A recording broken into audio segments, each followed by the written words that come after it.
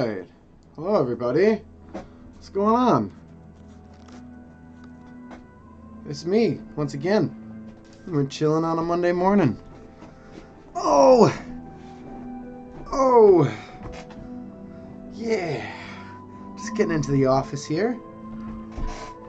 Getting situated. I got a little breakfast snack. I got my coffee. I'm ready to do Dungeon Meowster things. Kicks open door, blasting rock music. Are you winning, son? Yeah, we're winning today, Lion. Thank you. And welcome to my stream. We do a lot of creation here on both ends. Not just me, but my viewers as well. So if you have any Dungeons & Dragons projects you're working on, or maybe some homebrew stuff, let me know. And yeah, we'll check it out. We can talk about it. I mean, I sometimes will help people, but sometimes it doesn't need help, and you just want to share it, right? So, yeah. What am I getting into today? Let's get into the office, get into some work. Lancer than D&D these days, but always tinker with my mechs. I play Dragonlance. That's not Lancer. What's Lancer?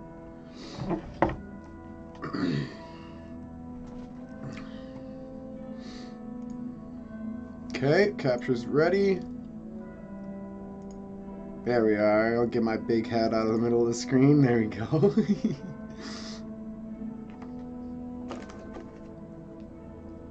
Yeah, I don't think I've ever played Lancer Lion. So today we're working on profession points. Well, professions and points. And the plan is to make some new mechanics, I guess. Okay, cool. So, the idea, I guess, the concept I'm working with is we're in Daggerford, and these players are going to be amassing gold. Well, they're also going to be living and abiding like in Daggerford itself, so these players might want to have a job. They might want to have a shop. Maybe it's just like an adventurer's shop where they pawn off all their trinkets that they find, right? Maybe they want to be a medicine healer and they want to have their own medicinal shop where they sell the herbs that they find out in the world. You know, it could be anything. It could be a tavern. Maybe they want to just have a tavern, right? So this is essentially going to be the shape of those things. And I believe I have some material to work off of, but also I'll have to, kind of come in and make some of my own adjustments and stuff, as it were. Lancer is a mecha. I care. Kill 6 built in.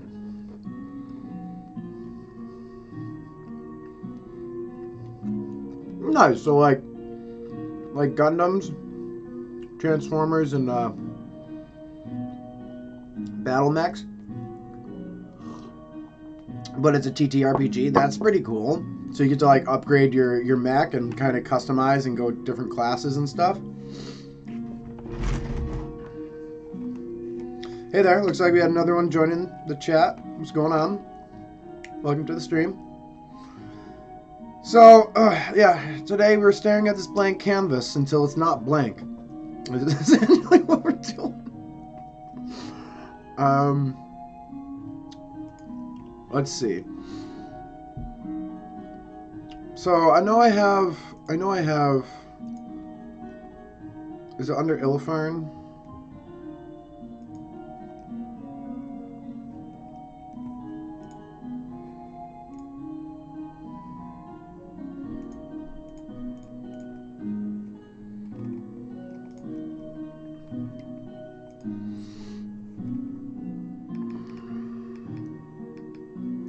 Living in Daggerford, training in magic.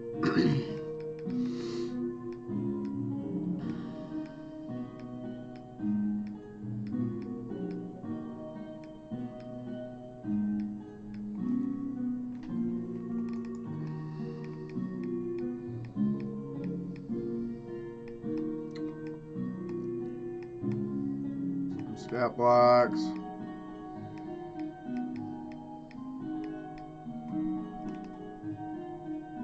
Lizard Man raid. Like way too far. This is not where it is.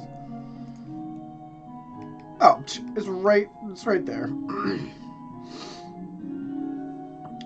So we're not gonna take this. Isn't gonna be. No one's gonna roll, but we will take all these as just like suggestions. But before we do that, we'll write a little like quality of life. Hey, is Nicole Joneal? I don't know which one we should refer to you as, so we'll go with Nicole. I'm good, thank you very much. How are you doing today?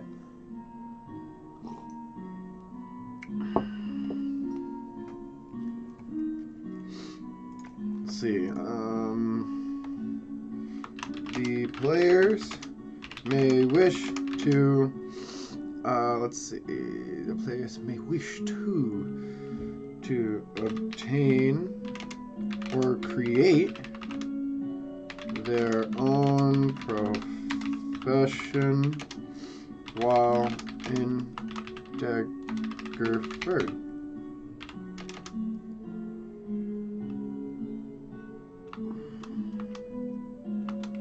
Some examples may be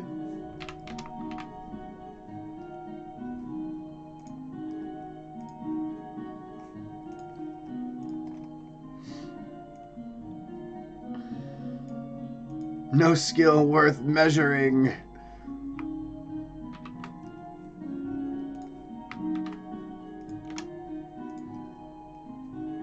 Let's see, blacksmith. Let's get some grammar in here.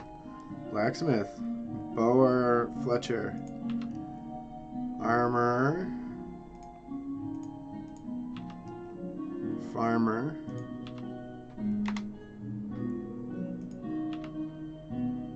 forester, innkeeper, hunter. Now for each one of these individually, I think, you can, there's preparing and there's over preparing, right? And it exists in many facets, right? Like I can do all this preparation for my campaign and I can say that's fine. Like I've done quite a bit for this campaign and that's totally fine. I don't believe it to be over preparing. But like in this little microcosm of a point, like I'm not going to go and prepare rules and regulations for being a blacksmith or a bower or a Fletcher. I'm not going to go through each one of these. I'll do those on the spot and on the fly and kind of think of something when it's needed, right? I'm not going to go and make all these rules for a bunch of trades that I don't think any of my players are going to do yet, right? But once I find out what exactly they are going to do, well, then I'll think about it and I'll take a couple days to kind of formulate maybe some basic mechanics for finances and stuff. And I do think I will create like a general rule of how monetary gain works. But we'll think more on that. Hook and line. It specifies what kind of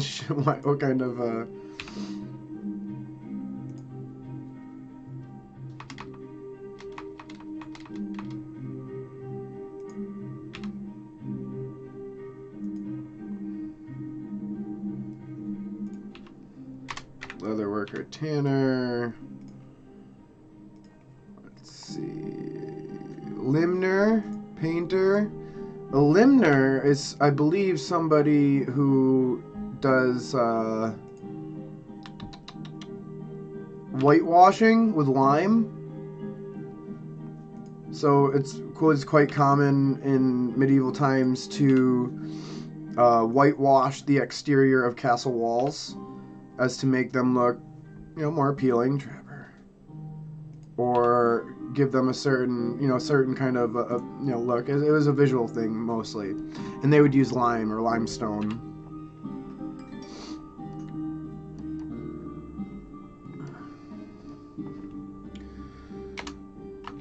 Players are not limited to these professions and may create anything reason.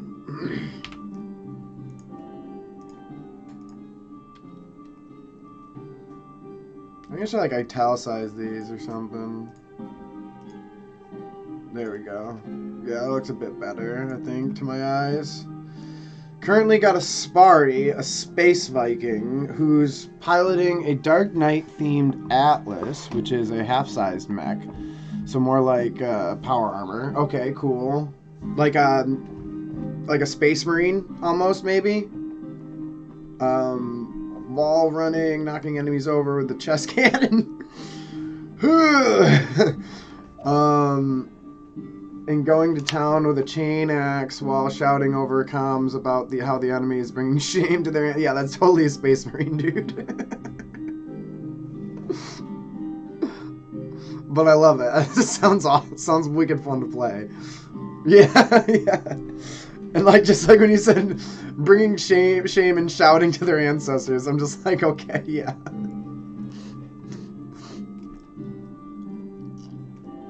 Hi there, looks like we had another one hop in the channel.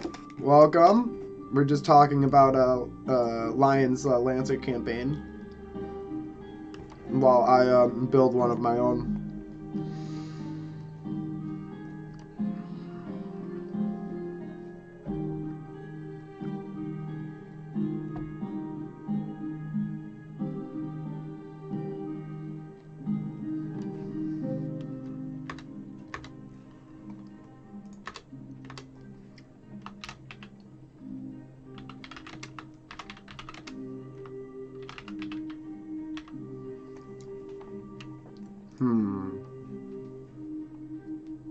Daggerford.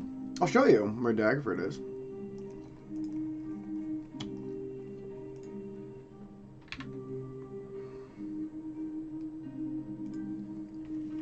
Daggerford is situated on the Sword Coast, and it is pretty much like right in the middle of the Sword Coast. It's south of Waterdeep, north of Baldur's Gate, and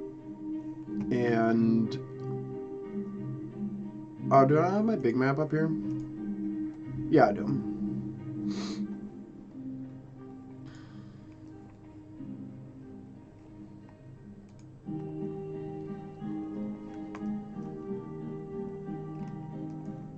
I'm still figuring out New Owlbear. It's weird. Like, I don't know why it just drops this map here, like, inside my stuff. But anyways, so you see Waterdeep here.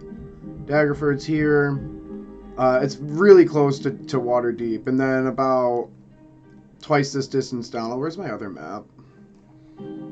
About twice that distance to Baldur's Gate.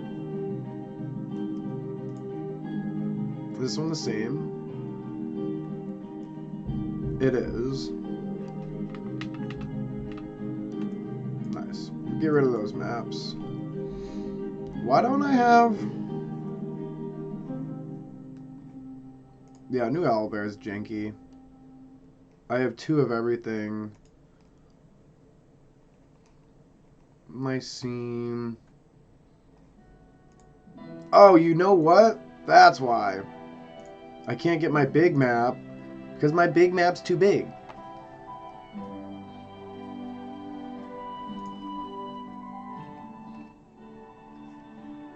Well, that's fine, Jambit. Yeah, here, give me a second. So I totally forgot because it had been the weekend. So Owlbear only lets, I think it's like 25 megabytes. It allows your files to be if you're doing the free stuff. Thanks for the follow, Jambit.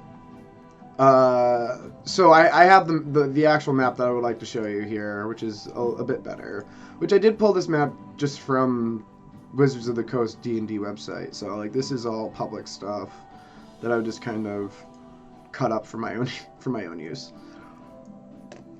Because that's how we do things, yo. That's why we do it. Grab yourself GIMP. Great program. It is like literally Photoshop light. Where's Baldur's Gate? There's Baldur's Gate. Okay, so we see Baldur's Gate here. And we go up the river of Cheonthard through Fort Morninggold, El Turel to Scornoble. We make our way to Triel, and up the tradeway into Borsky Bridge, which is currently a keep that defends from the troll claws and the forest of worms. There's also some serpent folk that come down and try and sneak their way through. They've been rather successful these days. The tradeway has kind of struggled in between Borsky, Dragonspear, and up to Daggerford, as Dragonspear Castle is currently overrun with undead. The High Moors are active, and if you look like geographically, like it's the furthest spot from either of these main city castles. Oh my god! I'm a goober.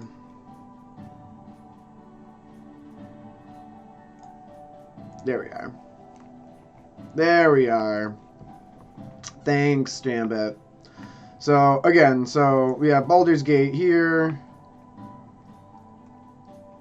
The tradeway it makes its way up the river through these few cities that I mentioned, and then comes up through Triel to Borsky, and then we get into here like I was discussing, Dragonspear Castle, and then Daggerford has been able to kind of maintain in between here and the Misty Forest, and I think that's kind of going to be a gripping part for my campaign, is like establishing this part of the map as safe, you know, so that could be reclaiming Dragonspear Castle and making it an estate of Daggerford, which I think is the most realistic goal.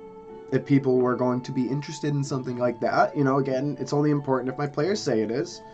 So then we make our way past Misty Forest and we get into Daggerford here, and there's Waterdeep, and then Neverwinter's way up top. So what I love about Daggerford is like it's positioned in a super advantageous spot.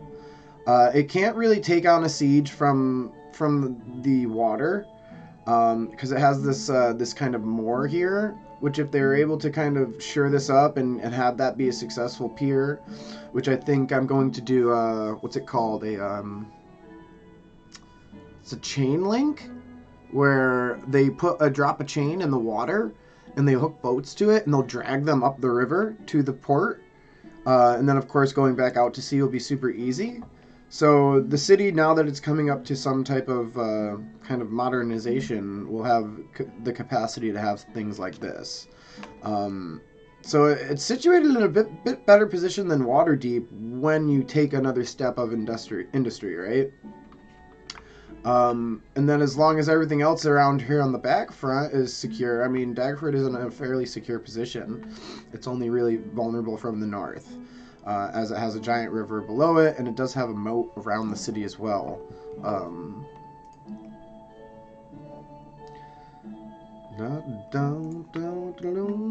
So yeah, that's Daggerford, as it were. And I think actually this is like a really good just kind of walkthrough for my own sake, because yeah, Dragonspear Castle is very important to these players. Like if they want to Daggerford to succeed, you know, and to move its way up the ladder, shoring up Dragonspear Castle would secure the tradeway and create more trade from Baldur's Gate. It's just having the capacity to do that.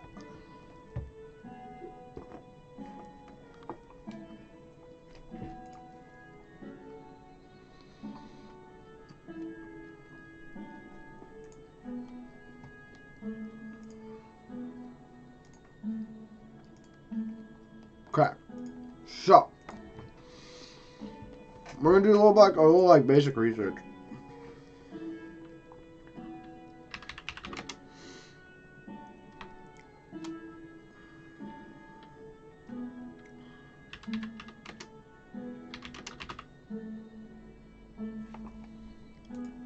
I wonder if there's let me look on D&D Beyond first, because like there's just rules. There could just be rules for this.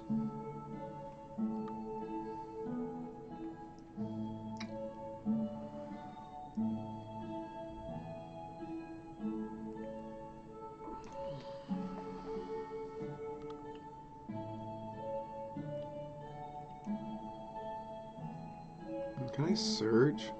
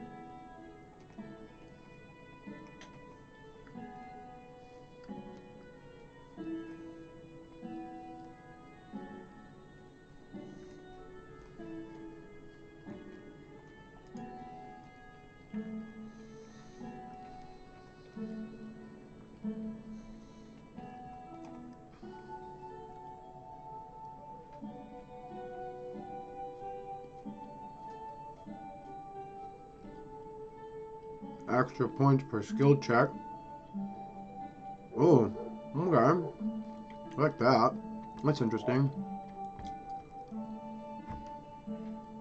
Player gains advantage on skill tree rolls.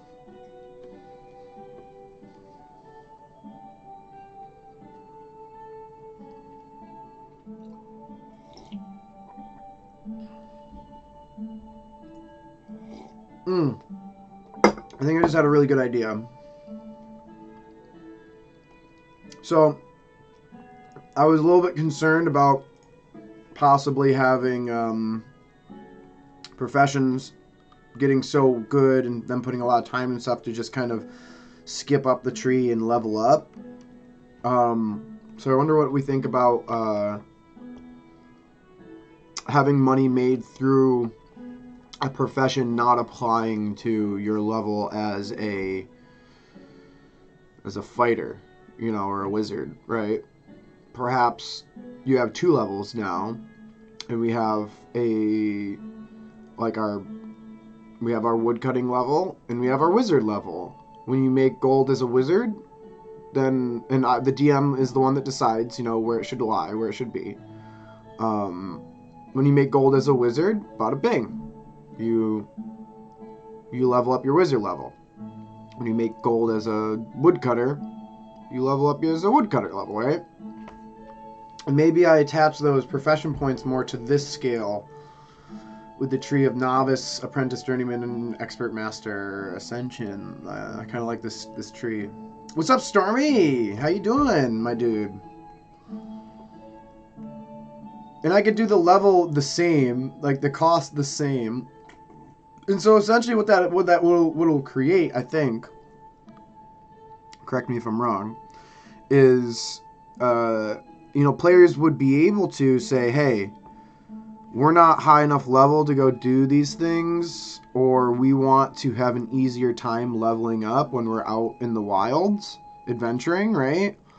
And we can do that through working a job, saving up some money, and then, buying some really nice adventuring gear. If they want to spend a good handful of sessions running a shop and making some money and getting something going, and then take that money and invest it in a very rare weapon, like a +3 weapon for their warrior, or some cool wondrous item, like that's going to give them a leg up. But what it also does is it doesn't allow them to just like level up snooper fast. But, with that being said, it's like to get to level 20 is a lot of gold. Like, let me see what I have for.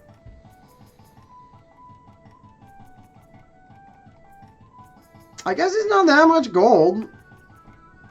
350,000 gold over the course of one campaign.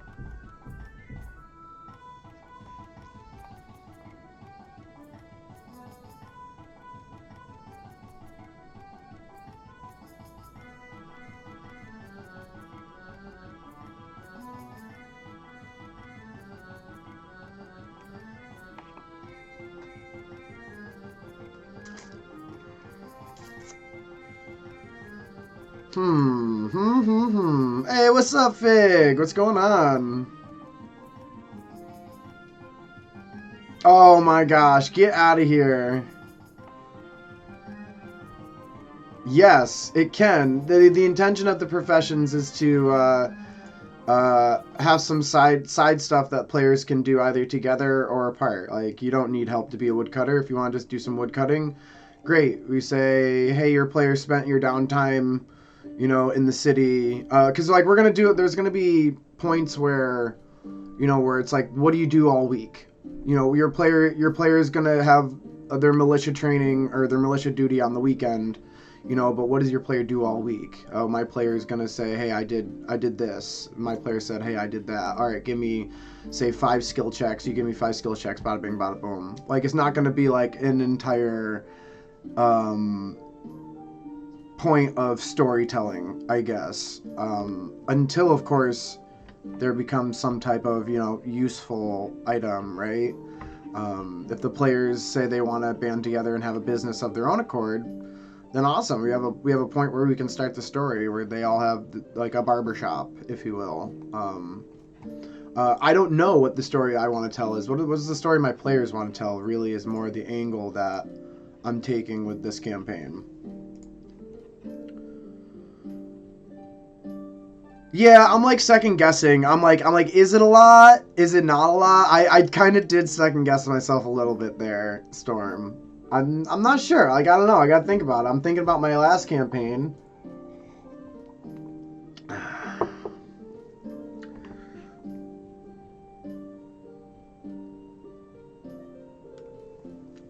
It seems like, I mean, I feel like if I can just like scale things properly, because like one thing that I am concerned with, or I kind of like have been thinking about, I guess, is just like the balance of the economy and not tipping it too far in Crazyville, right? So like gold pieces have significant value and worth.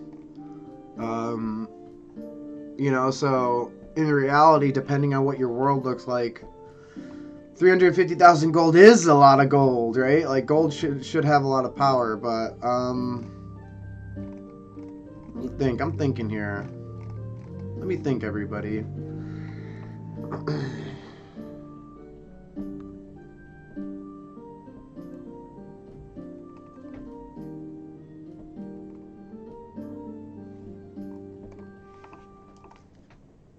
There's a bit about the militia too. I wonder if I can find that little bit of information.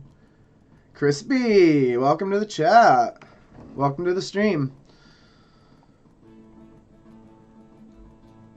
Yeah, so on that bit, Stormy, right? So there definitely is some item discrepancy, I would say, and I you know, as the DM, I guess you always have to kind of step in and do that little wand touch. But like in this situation, I think I have a lot of rationale and reasoning to change and manipulate prices at my own whim. The economy in Daggerford isn't the same economy as Baldur's Gate. Like, it's not like, hey players, you can find anything you want, tell me what you want, and you can buy it. It's not one of those cities. They very much have to import a lot of things to this city, and things that aren't made in-house would have an exorbitant price added to them, as they are either shipped in from Baldur's Gate, where there's a very dangerous gap in the trail, as we just showed on the stream. I can bring it back up. In rarity discrepancies too, yeah, I mean, I think there's a lot of wiggle room when it comes to prices and stuff. So here, just to show you, like, this gap is reason number one. You have to hire people to bridge this gap if you're shipping anything in on land. We can see up here, you know, Waterdeep is fairly close, so things shipped down from Waterdeep would be fairly, you know, cheap within a sense. However, new reports have been rising of roaming orcs and hobgoblins in the north. So until that's not an issue, prices would then take what would be a risk of living. What was that, like a hazard pay? They would take a hazard increase, you know, like, and then lastly, if things are coming in over the water, well then there would be, you know, some prices on that. Shipping can be expensive if there's, as we have discussed before on the channel, could be piracy, there could be some tides going on if there's a controlling faction out in the area here. So it all depends, I guess. Like, is what I'm trying to say is, like, there's going to be a discussion and a thing, and I think that's actually probably should be one of my next episodes, is kind of sitting down with the basic gear and just kind of creating a shorthand list and throwing everything in one basket and everything in another basket for basic price hikes. And I have seen some, I guess, some other prices and some suggestions, and I think it's like going to be anywhere from like a 50% to 100% price hike on most items that are out of house. And then there also might be some discounts for some things. So Yeah. Yeah. I think that's that. I think that warrants its own episode in and of itself. So let's see. Bada boop. Bada bing.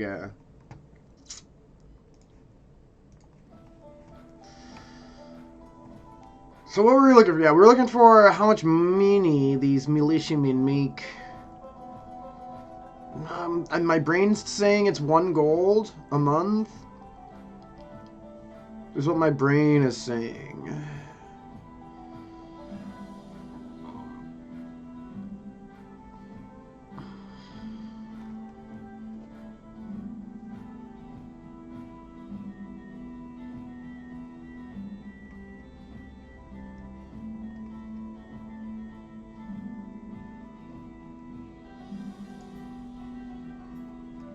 Go check Illifern.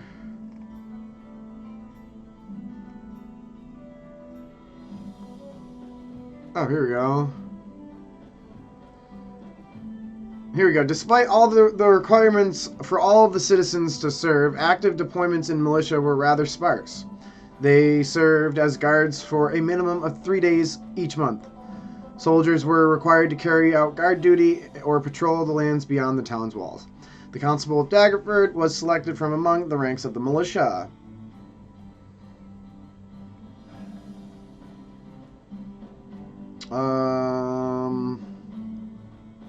Each recruit was trained in horsemanship and taught how to wield a spear in combat. While only 1 day of training was required each month, some militiamen attended more often in order to further hone their skills.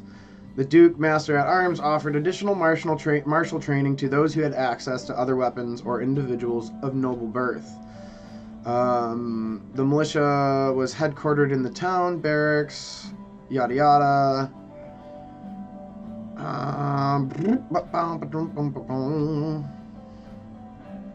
So this is what kind of what my players should be and will be doing for the first kind of at least 5 levels. Unless they see fit to, defect from Daggerford and they want to leave and go do something else. God bless them.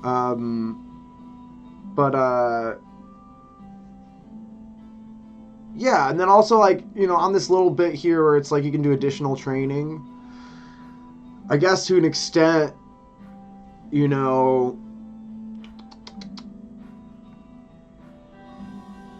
somebody could maybe say forgo a profession and say they want to train more. And I think there should be some type of experience for that. I think some experience should be gained to an extent. I think maybe at least level 1 to 5. Crispy, this campaign's going to be going for 20 levels. It's a full 1 to 20 homebrew open world campaign. And Stormy, to answer your question, for the items, I'm going to try and keep it very, very simple. 3 baskets, like I said, 1, 2, 3, 50% off, 50% extra, 100% extra, and kind of just throw things in buckets. And then that would be applied to what's already there for the pricing in the book.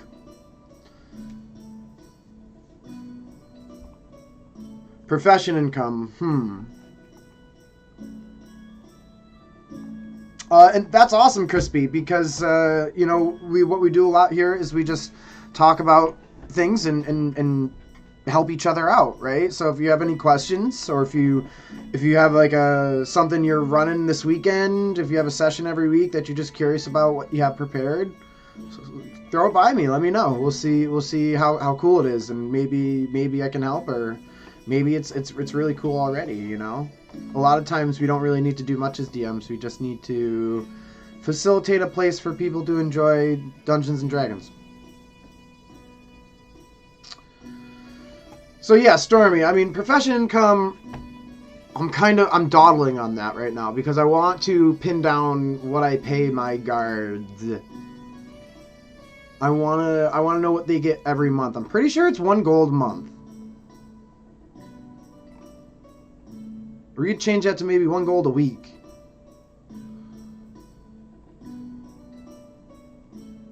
And 4 gold a month.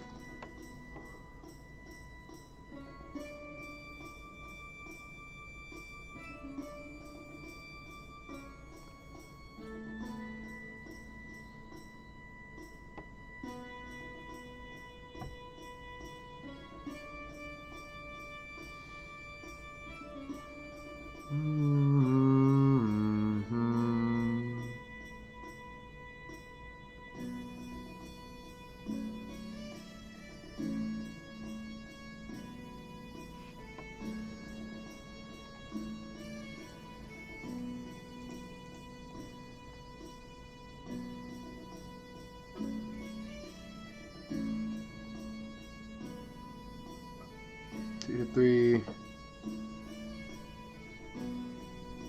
Yeah. Well, honestly, so it's just kind of some extra stuff that I've just been trying to fill in because it's stuff that might come up with my players. So I want to have things like this prepared. I don't want to be sitting on my hands for like these big pillars of wants and needs that I've seen, you know, kind of expressed in the community before, right?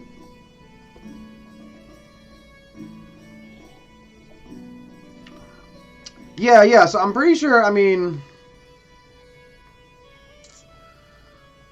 well, let's bring up, I'm not getting it here. I'm going to check under Ilfine, because that's where I have the other Daggerford information once more.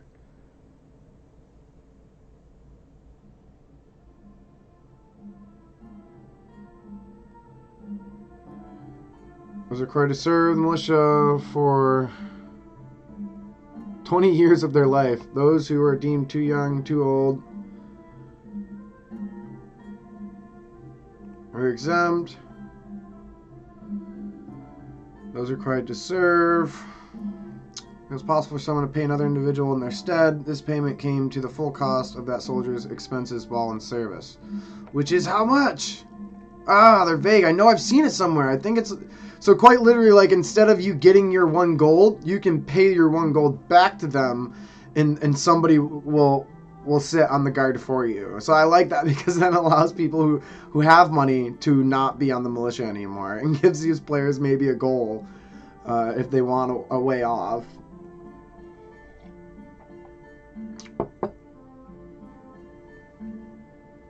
Ah, all right, we gotta search for more stuff here.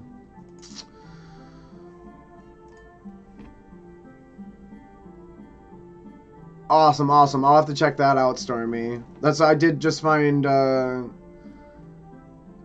this one. This page is from from D&D as well.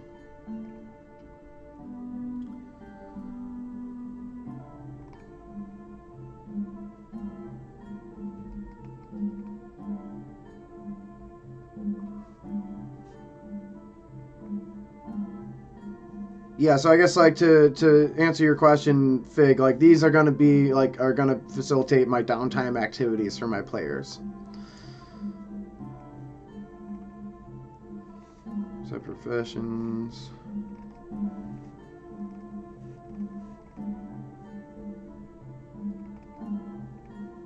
Ooh, an even bigger list. I might run with this.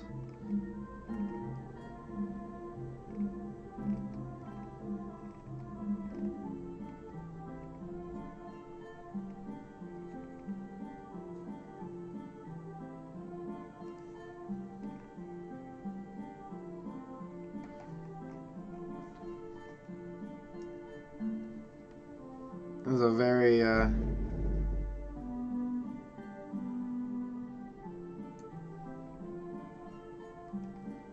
very decent thing. This is coming from a homebrew thing. This isn't the Dungeon Master's Manual, but it's on D&D as well, so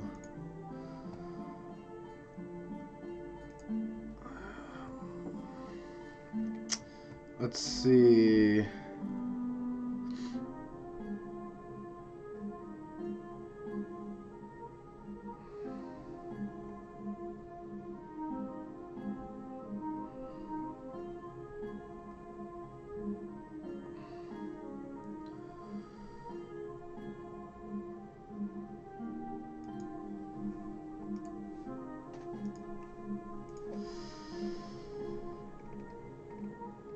Building a stronghold. Okay. These are good. A palace or a large castle.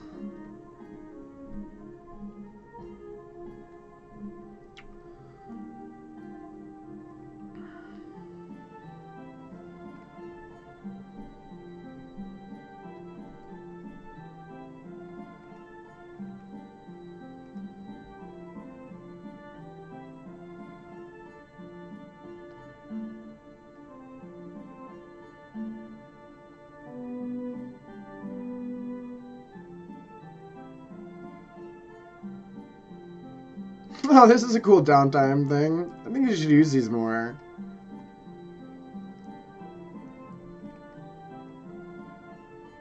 This is important too, crafting. Yeah, I'm gonna have to use this more.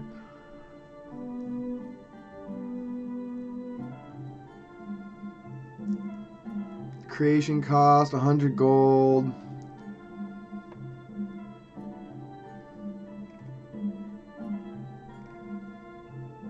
Running a business. Here we go.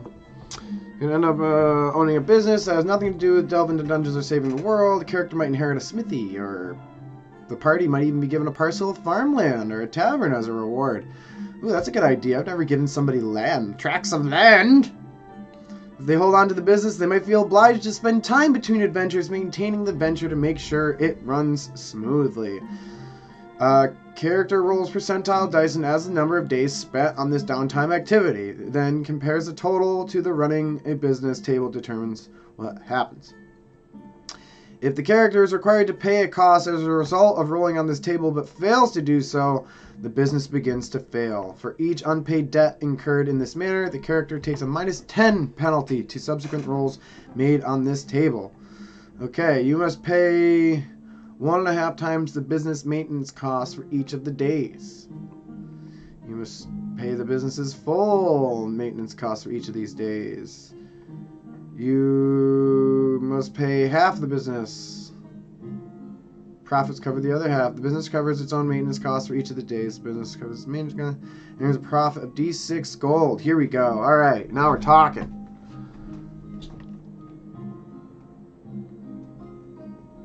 So 1 day training, 3 days on the thing, but I'm going to make it 5 days because it's going to be 2 weekends every other week. So that means 5 days out of the month. We can do month-long, it says 25 days. So they're automatically going to get 25 on these rolls.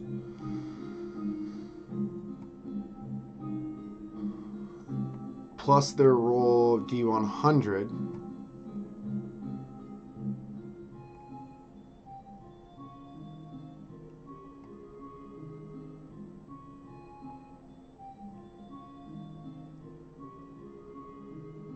Interesting. Let's see how...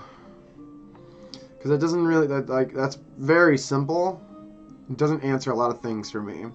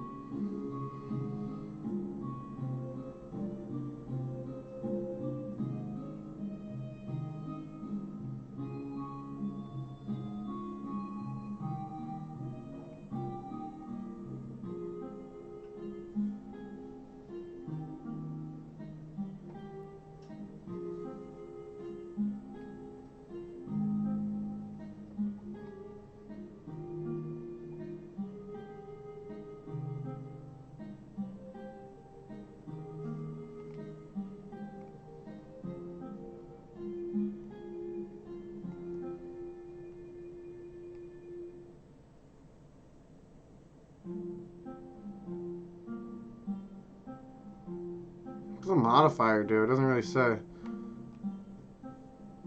Apply this modifier to rolls. Oh, there we go. On this one. A buyer offering 1/10 of the price. Oh, interesting. Yeah, there's a lot of stuff in here. Sowing rumors. Training to gain levels. Oh, yes! This is awesome. Cool.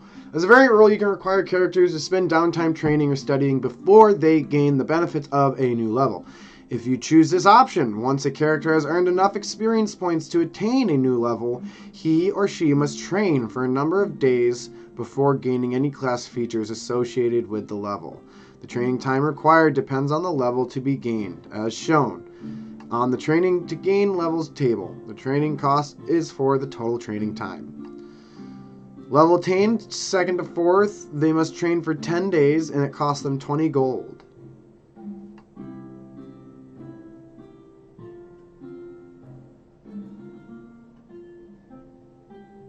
Interesting. So because if they're militiamen, then we can waive the cost of training and it's just a matter of days.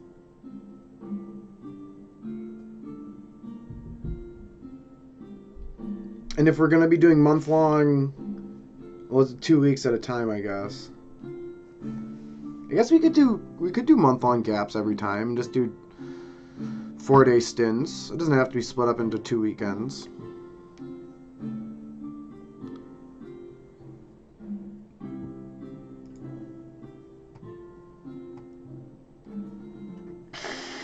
What do you think, Storm?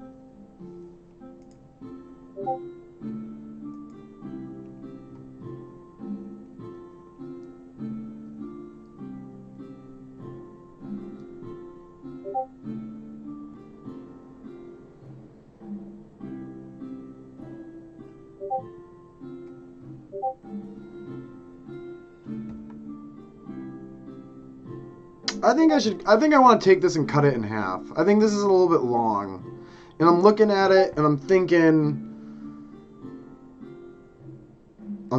you know, 20 days is like a whole month of training. I think that's good. I like that. And I also like, I think this gives the answer to my previous question, which was, how do we want to balance the training with the militia master of arms and experience gain?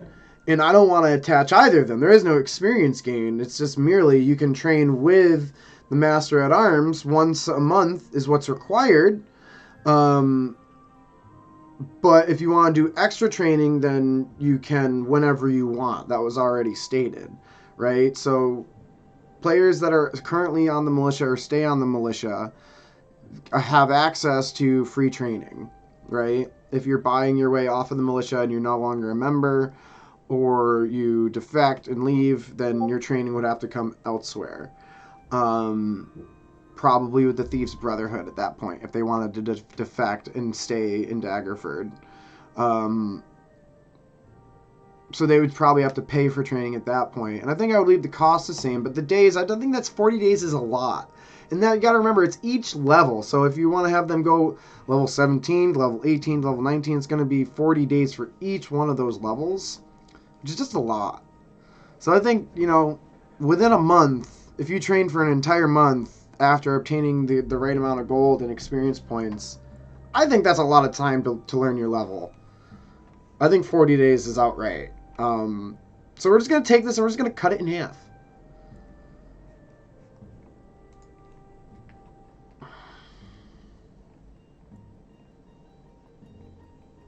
And we're kind of like creating a new portion of my prep here.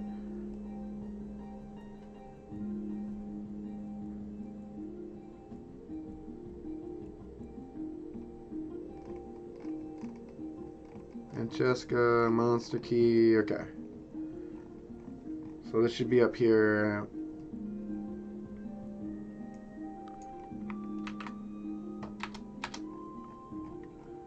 Let's throw these up anywhere. There we go.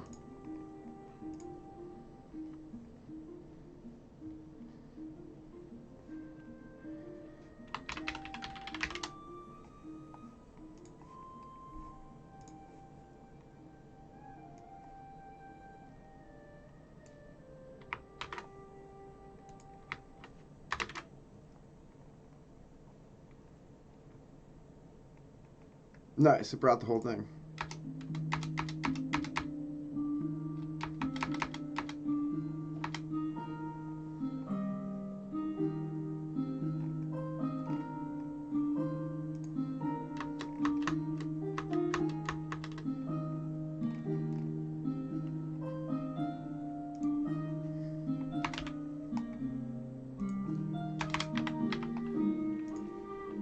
So here we are once more. We are a Dungeon Master, and Crispy, if you're here, if you're listening, this is a good point. We are a Dungeon Master, and these are tools. And we are using these tools to build the world that we want to see for our players, right?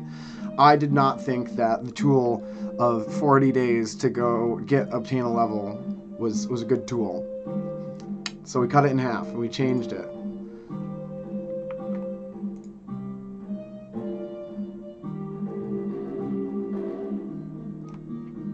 We got a new one in the chat here. Give me a second. Filatovilia. What's going on, Filato? How are we doing today?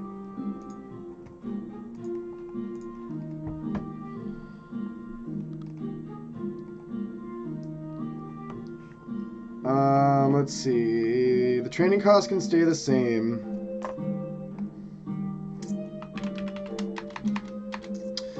Let's see. Born and raised in Daggerford.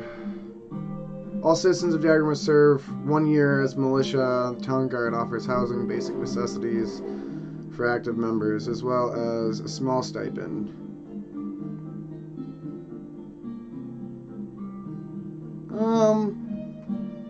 Well, I guess with this new rule, I kind of like this new rule, making the players pay. Oh, well, I'm sorry to hear that. Oh, what are we doing? So we are currently figuring out some mechanics for professions and training and downtime. I got a lot of irons in the fire right now. But what was I saying? I'm sorry to hear that. I hope your day gets better. Yeah, so what I do here is I'm kind of just, the channel is a safe space for creators and dungeon masters alike to share their ideas and kind of, maybe ask for some advice or maybe just want to show and tell, And it's a lot of me creating my campaign as well. So it's kind of like the base. And what I'm building is a campaign in Daggerford, which is a city in Dungeons and Dragons 5e lore that's situated just like halfway up the Sword Coast. It's a small up-and-coming city that I think has a lot of potential for some home brewery, some open worldery, but more inside the city, right? So these players are going to be citizens of the town in some aspect, and they're going to be required to be a militia member for, I'm thinking, maybe 5 years. We'll see what I finally land on. Lore written, it's 20 years, and I think that's a lot of time, but also you can just buy your way out of doing it very easily by paying 1 gold a month, as a total of 12 gold a month. Or 12 gold a year, excuse me. So I think I like that better. No, of course not. I think when I do storytelling, a question that one of my other followers asks all the time is, what's the story you want to tell? And that's not the story I want to tell. And you can play a lot of Dungeons and Dragons without telling that story very easily. There's so much fantasy and whimsical creatures and ideas, and everything is literally what you want it to be, and to a certain extent, right?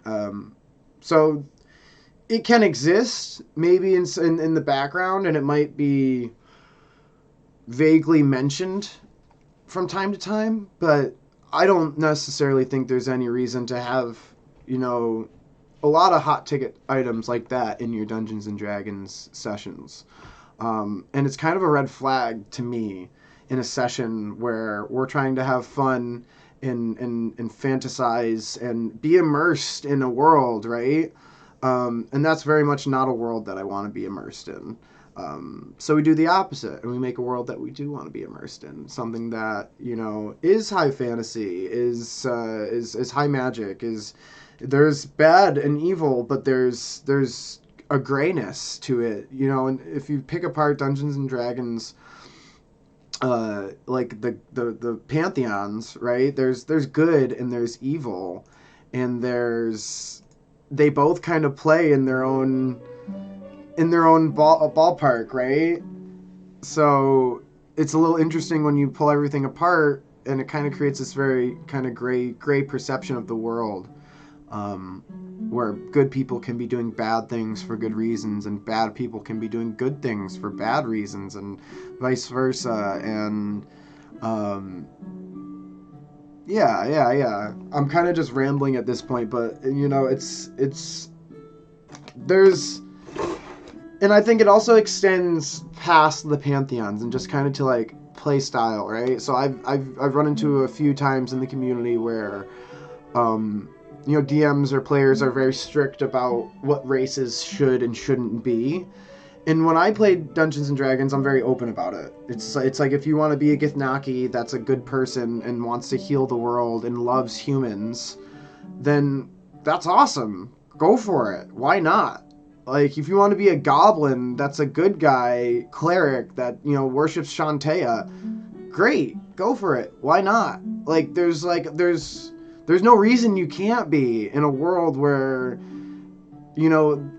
everything is kind of gray, in a sense, it balances kind of the playing field for everybody to an extent. And I think that's also, like, kind of second, like, hammered down by, like, how modern the world is normally played in D&D. We normally play campaigns around 1450 to 1500-ish.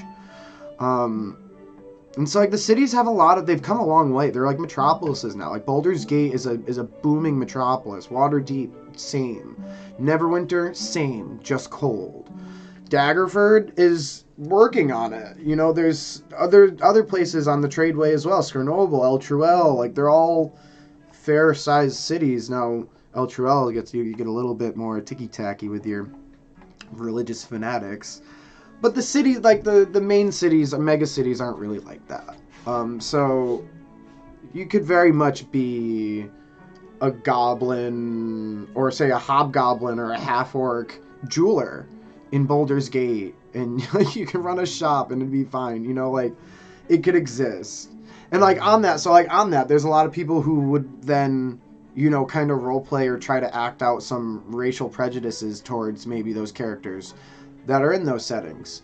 And now, on one hand, maybe there's rationale, and maybe there's, I guess there would be a fair amount of people that might be a little uncomfortable or might be a little judgmental about a half-orc or a hobgoblin, just running a shop in the city, right? But then there's, on the other hand, we have the story we want to tell. And do I want to tell a story about bigots that are, harassing this shopkeeper? No, I don't. So I won't. And we'll tell a story about everything else, Like, those things can maybe exist in, like, a small portion of your brain, but there's no reason that we have to take the camera, zoom in on them, and make that the story, right? So it's like, it's just a perception, I think. Oh, that's totally fine. Why would you disagree? What's up, Hoilepa? How you doing? We're working on training and militia stuff. I just kind of went on a little bit of a tangent here.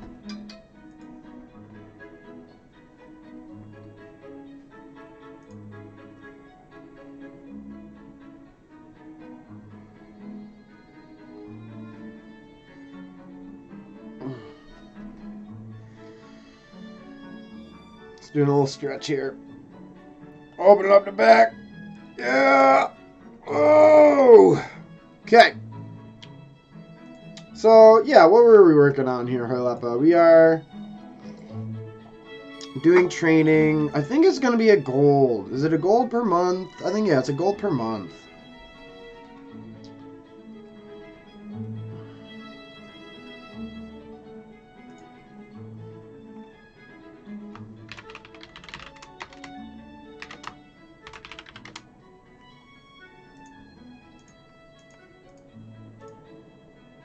Training camp takes a full day of downtime and grants 100 EXP. No.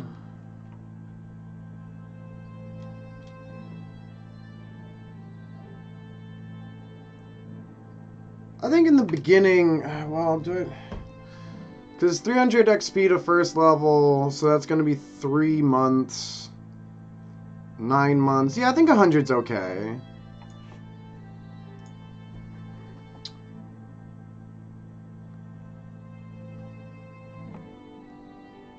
Sit? Is that bad? Is that a typo?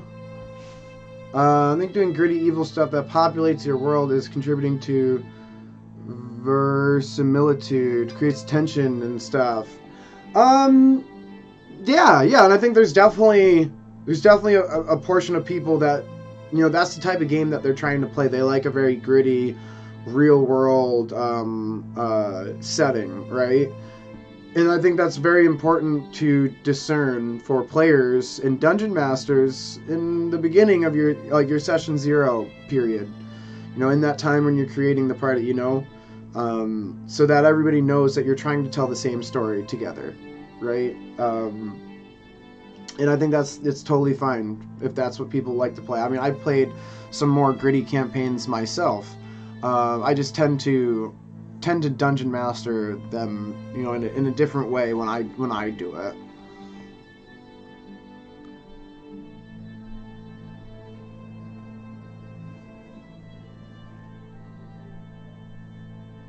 Not can you? You can. And do a malicious segment as a Fallout questionnaire, so different answers give different bonuses.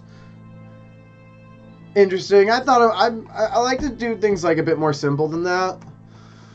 So really it would just be like, you're a wizard, you're gonna train at the field with, you know, maybe one of the Sorceller head wizards. You know, they'll just be there. Like, you're not gonna be like sitting on the side and I'm gonna have to be like, oh, okay, well now we gotta bring the wizards over here so they can do wizard stuff. And no, like, just do all the training together, simplify it. You're all part of the militia. It's modern world. They know they're gonna have wizards that are on the militia. It's gonna be part of it. I mean, very realistically, I mean, Delphin could probably do it. That's a really, really good idea I just had.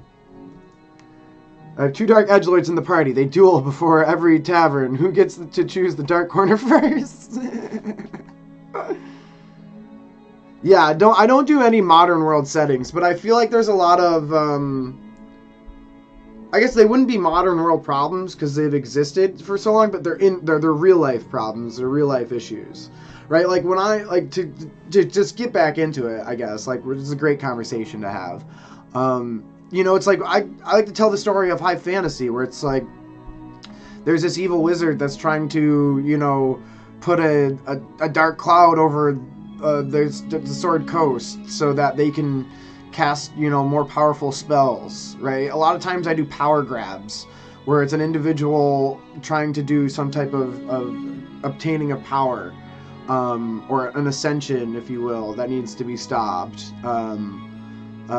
So, like, you know, like, I just don't, like, I'm not like, oh, like, let's go kill this slave lord, you know, like, I'm not, that's not the tale that I pick, you know, I just pick something different. I don't think it's something that you shouldn't do, it's just not something that I do. Yeah, modern world's pretty tough. There's a lot of stuff going on. But I guess, you know, anything can be done in roleplay. I think the beauty of roleplay is simplifying things to a point where just your imagination takes over for the rest.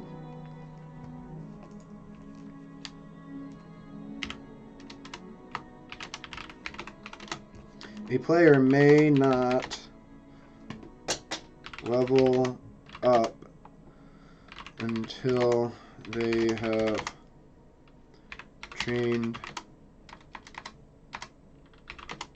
for the respective amount of days. Members of the militia need not pay the training fee.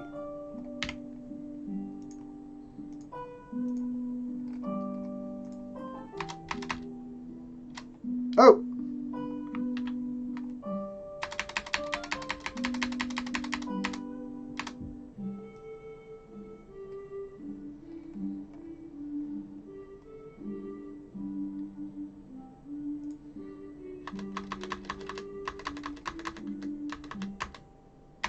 There we are. Let's see what's up. Hold up. Civilization could be modern with magic. It doesn't look like it necessary. Example, instead of having machines, you have specialized mages. An earth binder from Avatar is as an example. Yeah, that's actually a really good point. I think, you know, like, with magic, modern world looks a lot different. And I think that's something that you need to consider even when you're doing medieval world, is like magic changes things, changes how businesses would work, would change, like just like the use of prestidigitation in day-to-day life is huge, is gigantic. Like imagine if you were just a janitor with prestidigitation, walk around the school halls and with a mop and you just snap your fingers. Do prestidigitation, like being able to start fires, with the snap of your fingers. There's so much stuff. There's so much stuff that magic changes, and I really love that. I think this is a good spot for me to take my break. I need to stop and walk around, do like a 5 minutes, and I will be back. Some good progress here. Today. These are some really ticky-tacky stuff that I'm working on. So it's not always, it doesn't go as fast as some other things. 20 years of study, want to die in a dungeon.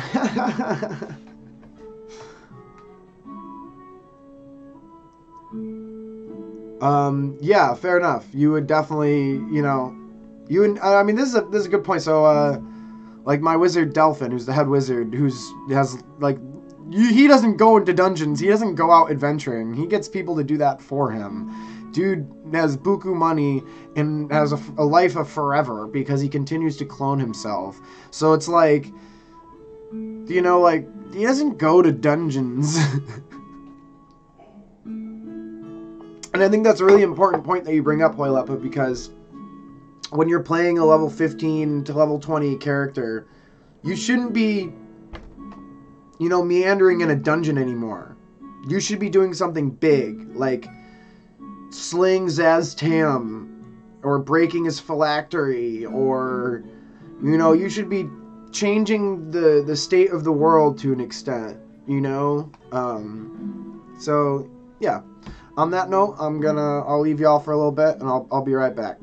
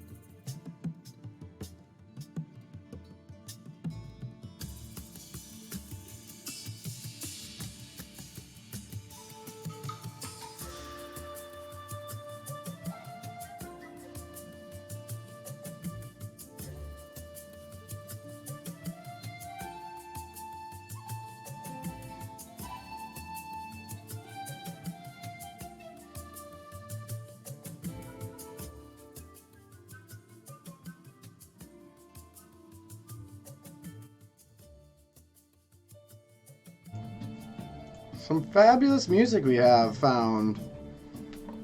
I'm back, everybody. Hello. Hello, Hoilapa.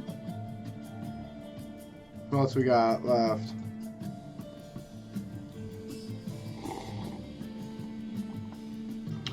It won't tell me. Savage. It won't tell me.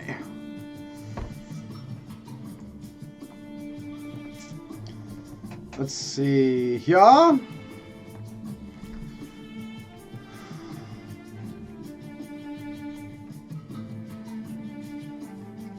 So where were we? Oh yes, we had a great idea for Delphin.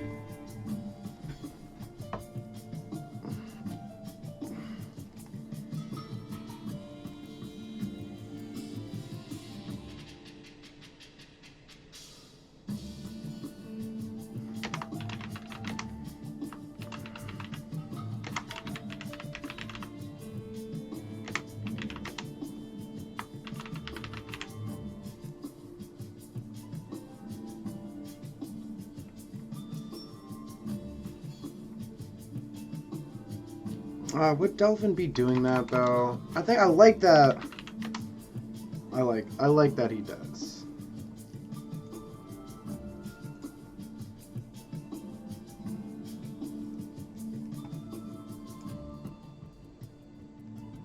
On the barrel.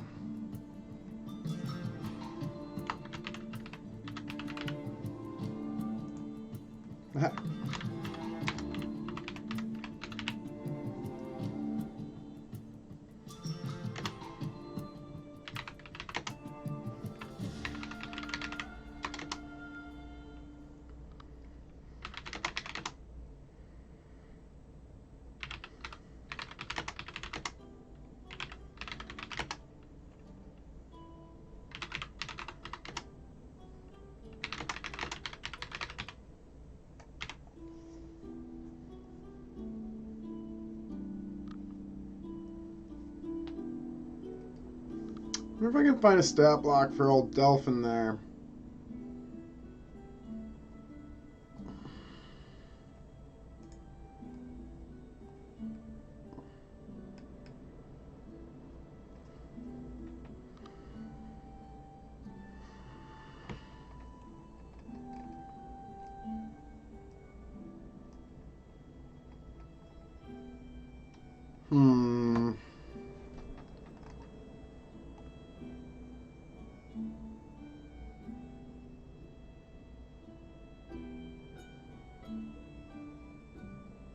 Yeah, it's nice. He also helped in all magical matters. So he's there. He's done. That's it. Okay. Let us continue. What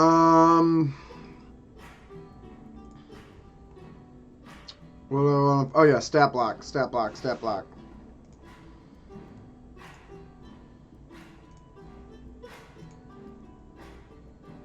I believe they'll be in here.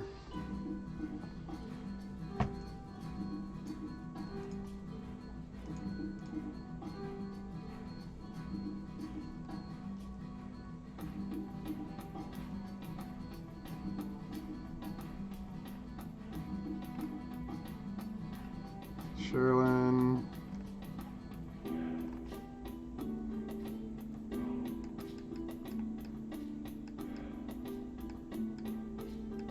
Maybe above the Derval.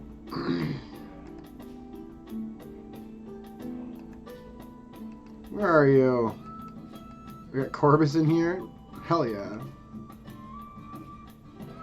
Gwydion. Delphin, there he is. Okay, cool. 8th level magic user, that's going to be way higher than that. Strength, intelligence.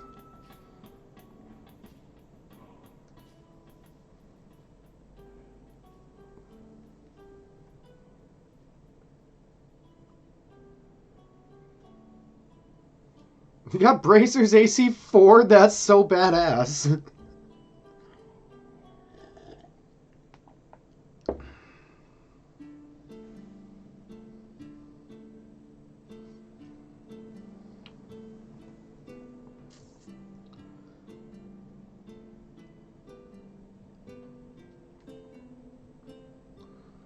the question is I need him to be able to not notice. So that's what I'm like. My brain is currently pondering right now is, will Delphin the Wizard, why hasn't Delphin the Wizard for so many years not noticed Gren under a charm when he has spells like Detect Magic and Detect Evil?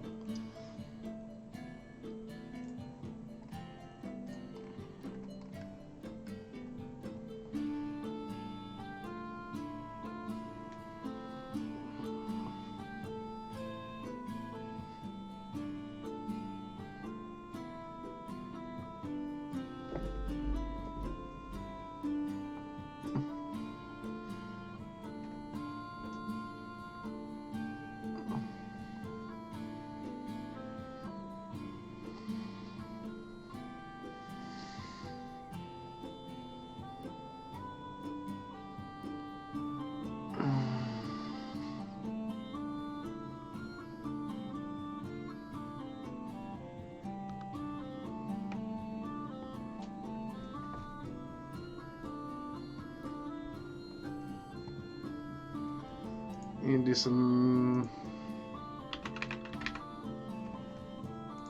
research here.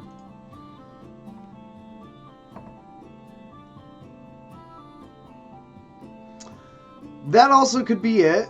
So you bring up a good point, right? So possibly he does know, and he's waiting to find the right moment in time to say,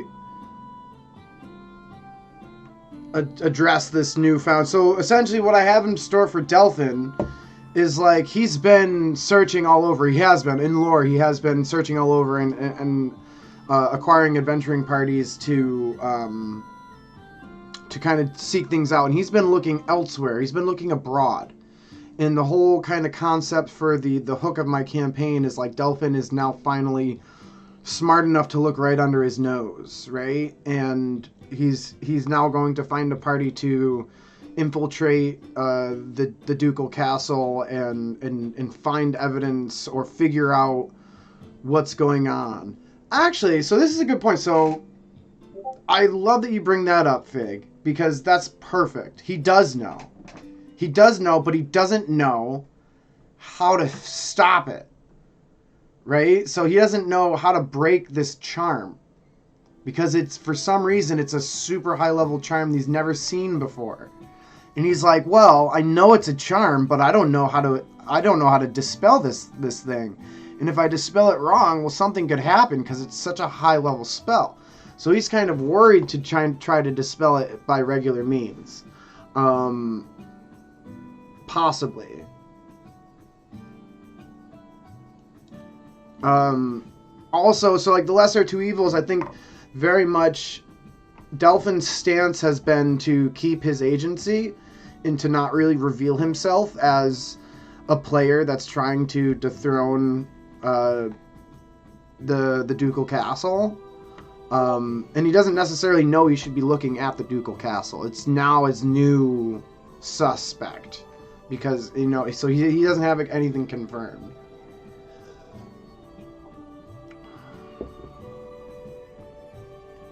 Who was awful, but they were holding back an eldritch horror. Interesting. So I think, one moment, I gotta get my... Oh. My back stick. Oh.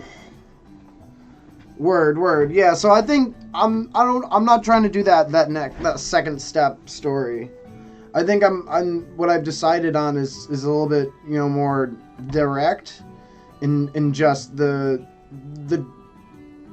succubus already has, you know, a super large charm, you know, set up with a ritual and everything. So she's already like put this magic down, and then with this magic she now has control of the master at arms of the city. The Duke no longer, or the Duchess, I should say, no longer has a seat on the council and no longer makes political decisions for the city. However, through democracy, quote unquote, And through this charm, they now have a seat. The Master at Arms is one of the seats on the council. As well as that, she, manipulates the Thieves' the Thieves' Brotherhood, and perhaps a few of the other guilds, just through regular means of like corruption and money and power, and like, hey, we'll do this and we'll have these favors for you, right? So she's kind of manipulating the politics of Daggerford to her will through these methods. And kind of the clue and the driving force to kind of bring the players to that story is Gren, the Longhand, the Master at Arms, who will be training them day one. So it's kind of like a ooh, whoopsie, gotcha kind of thing. And now with Delphin there, it's also, so I love the dualities. You'll have the person who's trying to stop everything right next to the person, one of the key people who's been manipulated and doing all this stuff. So I think you hit the nail on the head, Fig, where Delphin knows he's going to be standing next to this dude, and he knows, and it's the lesser of two evils, because if he opens this can of worms without the proper players at hand and without the proper information, then it could blow up in his face, and this is like his last chance to actually, fix something, So, I like that. I think that's really good. And I love this dual duality thing. So I'm going to just revert, go back, doesn't even matter.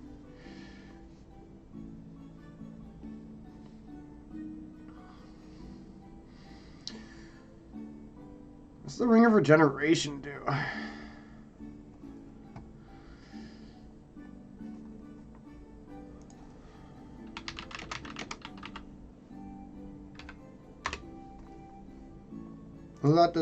I can't wait to remake him into a 5e character. You regain 1d6 hit points every 10 minutes, provided you have at least one hit point. If you lose a body part, the ring causes the missing part to regrow and return to full functionality. After d6 plus 1 days, if you have at least one hit point the whole time. Oh, so he's not missing a finger! Nobody would know. That's perfect. He wears it on his pinky.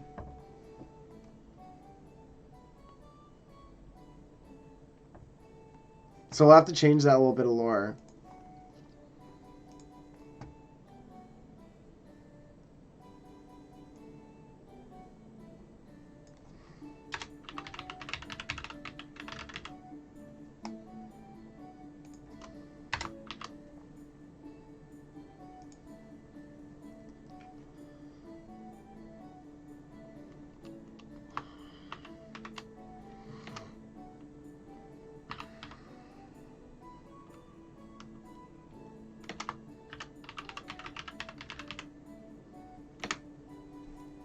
Okay, bada bing, bada boom.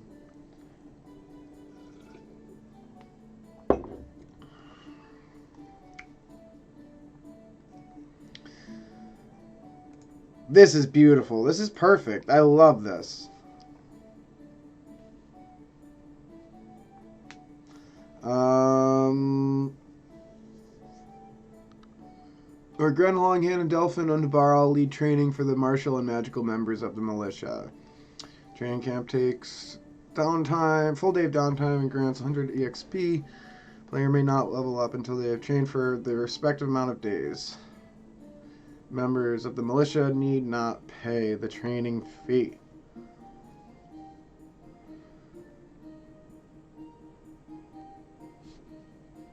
I guess.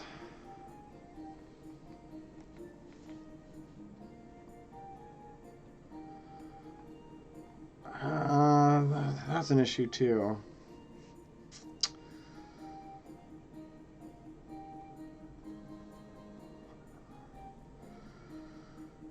It would take him 20 days to get to level 4. Should make that a smaller increment of experience.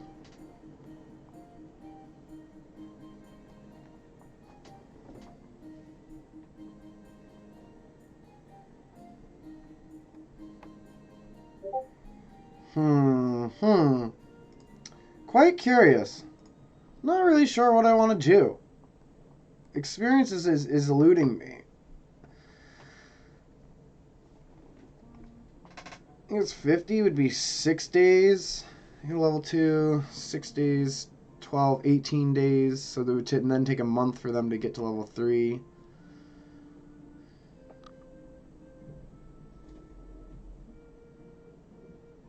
And then it would take them like 3 months. 18, 20, yeah, it would take them 3 months to get to level 4 in that regard.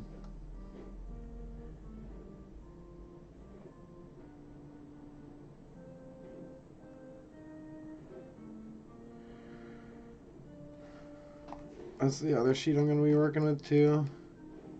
20 days. That training doesn't give any XP.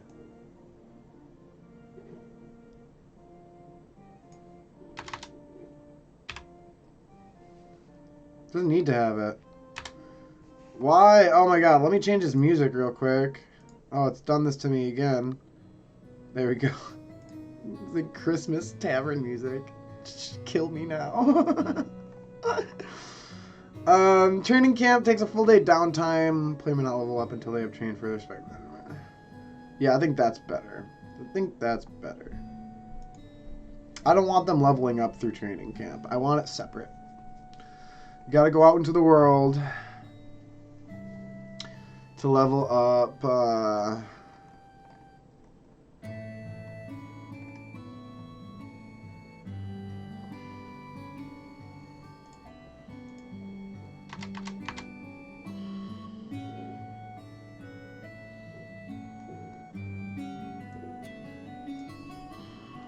Let's see. So we need to take information from here.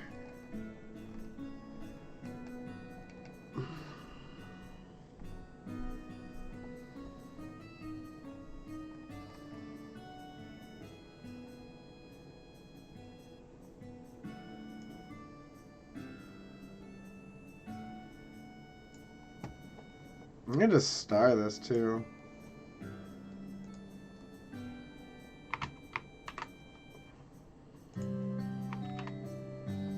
Yeah, because that's just huge.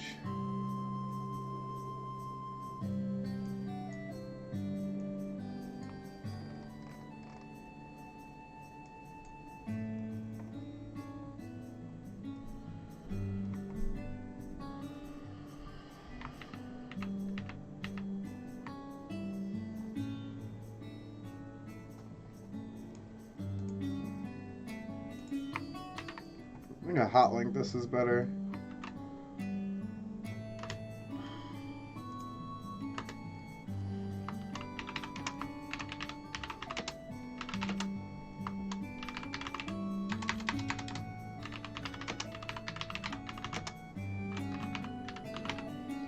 What I did not find in this guide is maintenance costs.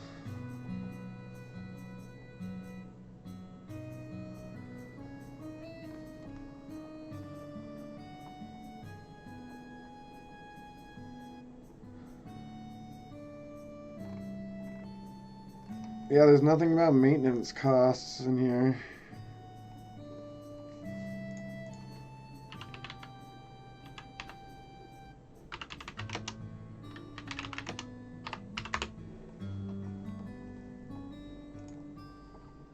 Oh, this says it's from the DMG.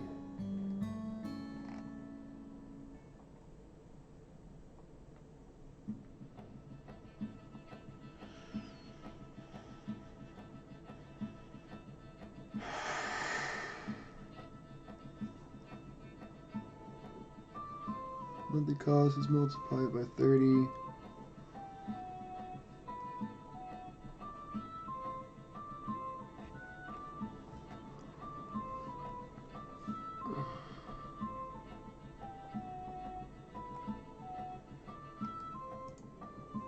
Oh, well, this is decent. Here, come take a look.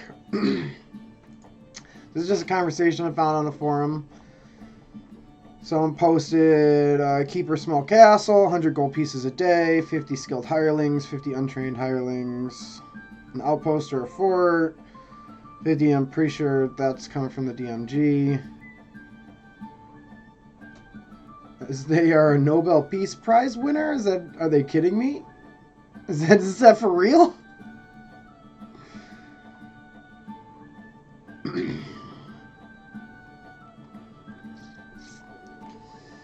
But that's not for businesses. Here we go. Okay, that's good.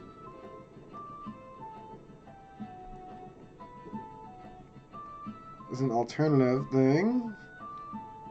The business burned to the ground, leaving nothing but ashes. What? Whoa!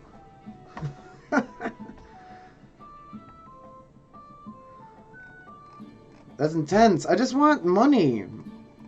I just want, like...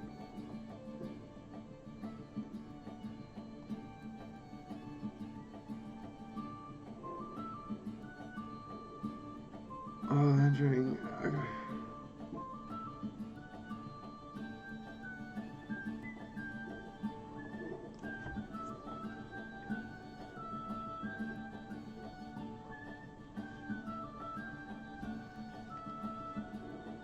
Ooh, that's interesting. Some conditions here. Gold spent on marketing promotions. 5 gold spent max for plus 10. I like these, actually. Gold spent on repairs and improvements. There was a festival, a carnival, or a tournament last period.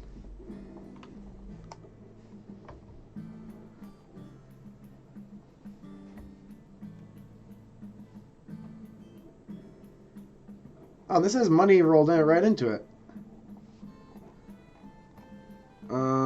Profit loss by value, profit loss. Maintenance cost times 2. Change in value. 10% of value. 5d10 times 5 gold. Let's read up here. The adventure of getting free gold from a business does not always work well in a game system where players look for treasure and loot. It is also added work for the DM to manage and track. However, some DMs may wish to add a little more realism. While a party is adventuring, it is possible for a business to thrive and become lucrative enterprise.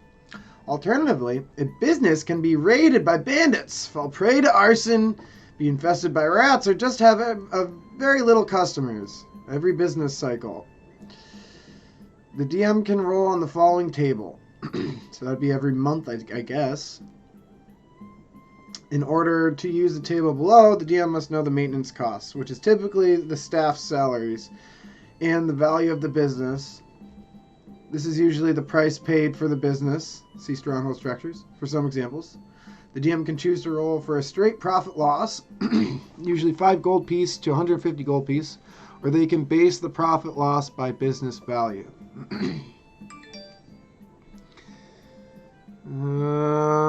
Profit loss based on the business value uses a percentage of the value of the business, which means that a large luxurious tavern that costs 50,000 gold P will potentially earn much more than a seedy tavern in a bad neighborhood that costs 6,000 gold pieces. This may lead to very high profits, but also very large losses.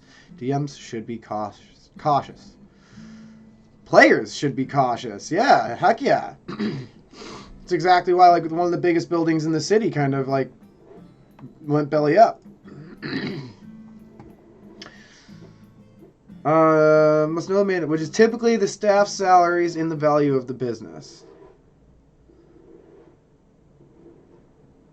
The maintenance.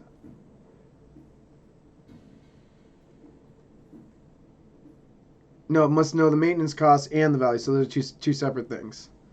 So the value is over on the second bar over here, and then the maintenance is going to be here. Maintenance is going to be our staff, which, where is this going to bring us? This page is useful for calculating staff wages and equipment. Most stronghold staff are commoners, level 0, although some of them are level 1 in specific cases. Each staff member has a monthly wage which must be paid promptly or your staff may seek employment elsewhere. Default cost for hiring unskilled labor is 2 silver pieces a day, 6 gold pieces a month. This should be considered a minimum wage and is enough to pay for basic living expenses and not much else. This is considered a poor lifestyle in D&D. In poor kingdoms, this may be less than 1 silver piece a day. In a wealthy areas, it can be more, as much as 5 silver pieces. The default cost for skilled labor is 2 gold pieces a day, which is 60 gold pieces a month. Okay, uniforms and gear. The staff can wear their regular clothing, but many choose to have their staff wear appropriate uniforms. Nice. Fancy uniform. 5 gold. Guards, soldiers, and cavalry may be armed with the appropriate equipment. Costs and items are listed below. Interesting. Look at this list. Monthly wages. Oh, man, this is good.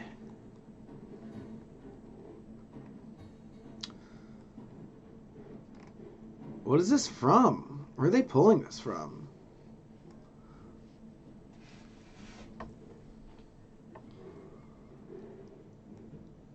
And I like that you can hire specific people for specific things. So you can get different skills. So that's the one thing I definitely want to do, is have the skill checks kind of attached to the business, right?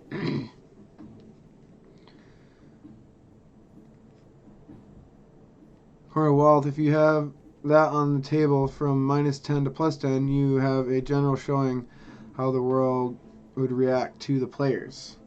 Okay.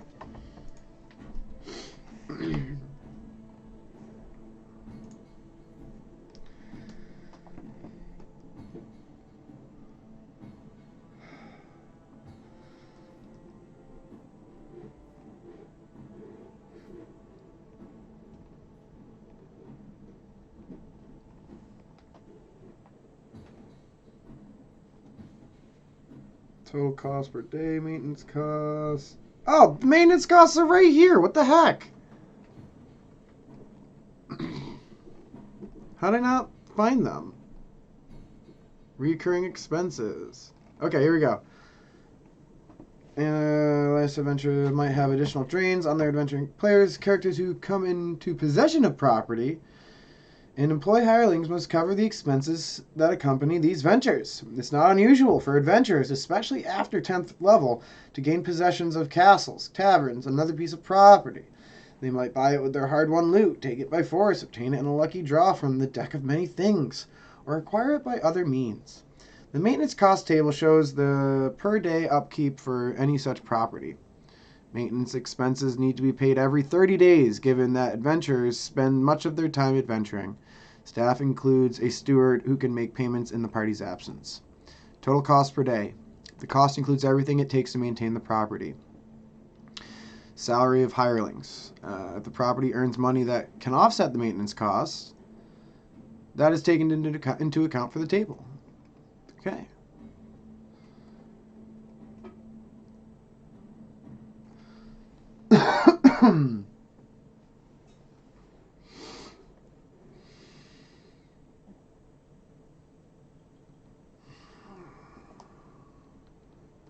Total cost business adventure going enough money.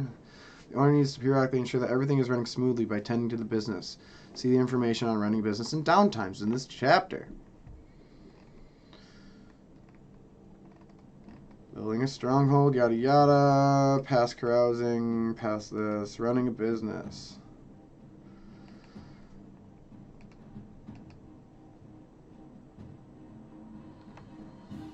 Okay, so I need these 2 tables. Perfect.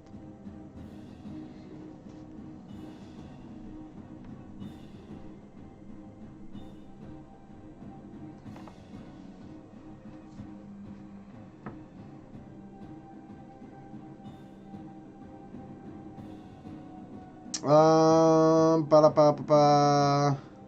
30-day.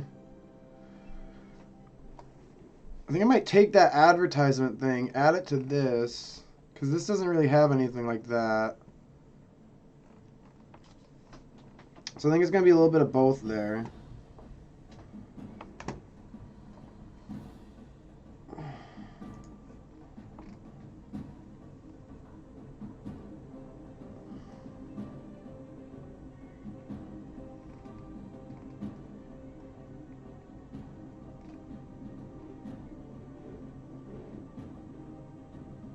Now where'd it go? Oh, it's on the one before.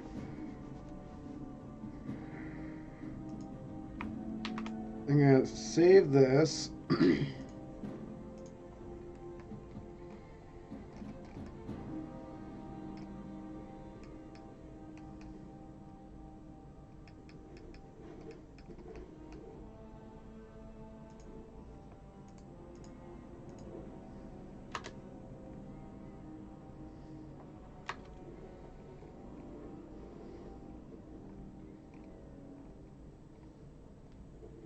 Here we are.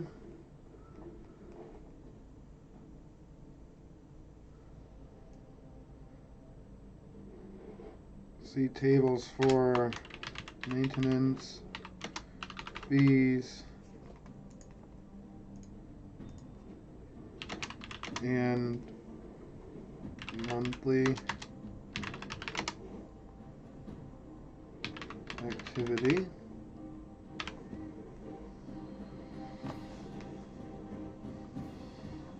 Okay.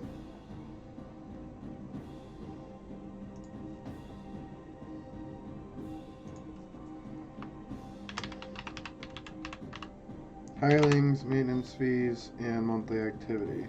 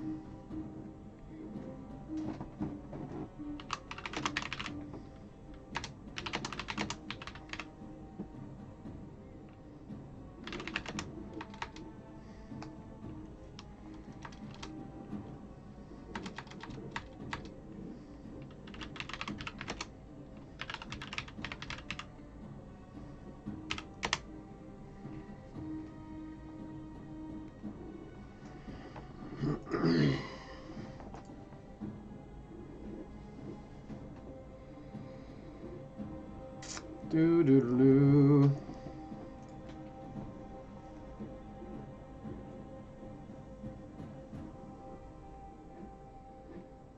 Okay, so I have maintenance fees. I have the hirelings that are around that as well.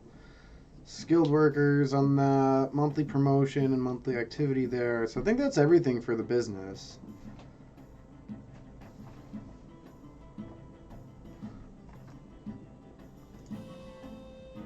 Here we go again. Why does it do this to me? There we go. Much better. I should get my big head out of the middle of the screen, hey? Maybe you can read some of the stuff I'm looking at. Let's see.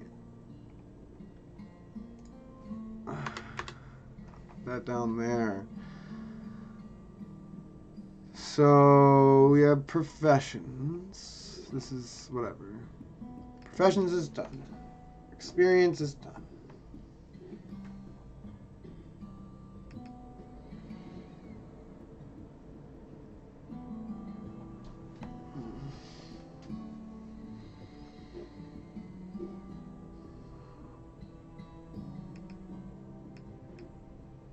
Leveling. Oh, we should also have that involved with professions. That's also going to be a thing. this right here.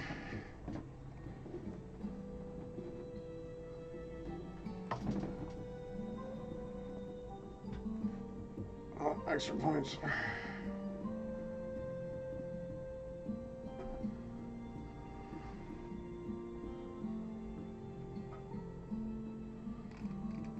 I have a skill tree table here.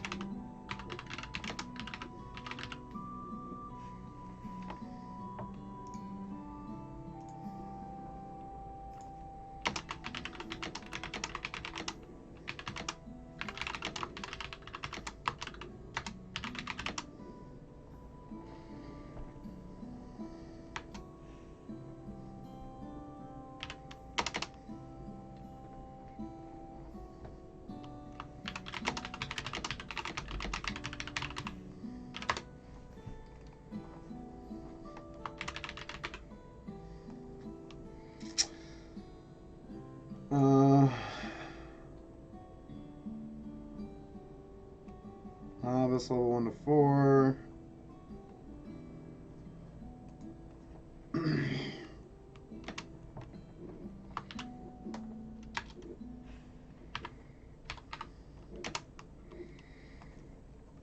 Apprentice.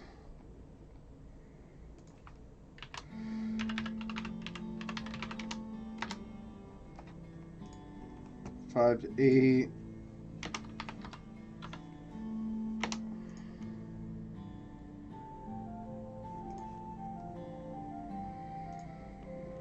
Journeyman 9 to 12.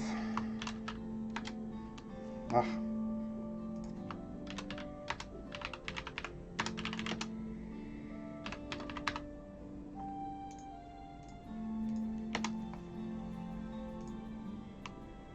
Expert.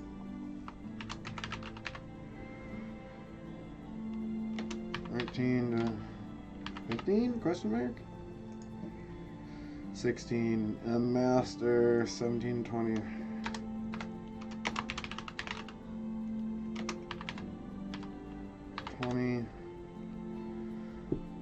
Oh, wow. There's a knot we found.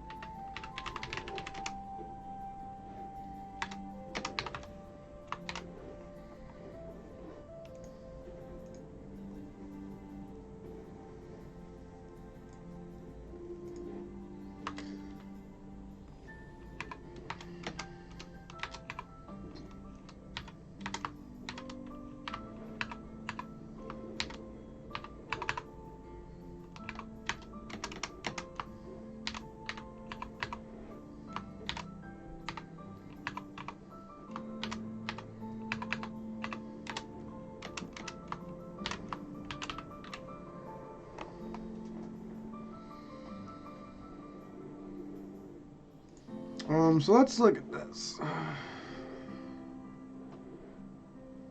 This is going to be a level 2 to 4. So you can get, automatically you're going to get +1.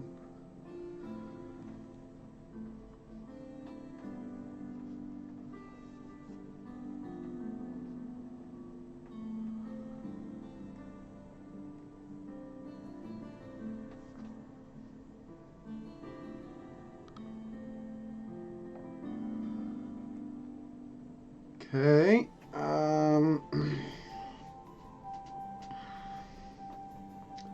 This one there.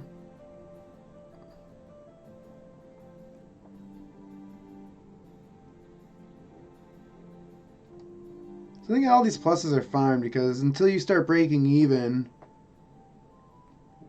you gotta hit a 42, 41. So I think it's fine having all these additions. You know, so someone could very easily...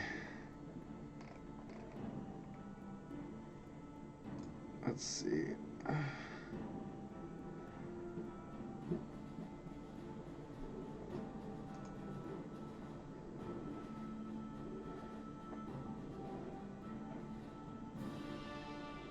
We have skilled labor too.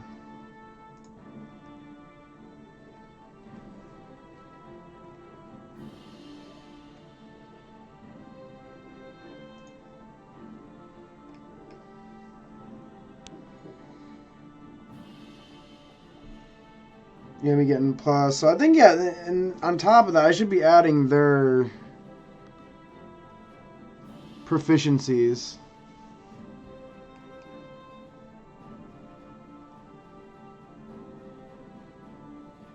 Their tool checks and their efficiency, their proficiencies with them.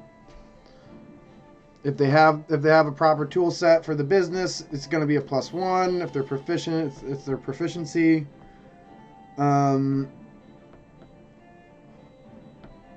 Expertise could be acquired in some fashion to double your proficiencies on these things, and these things will add to your roll.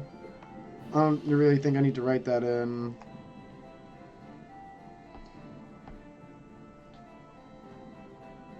There we go, and I like that too, because then it's just like one roll for the month, too.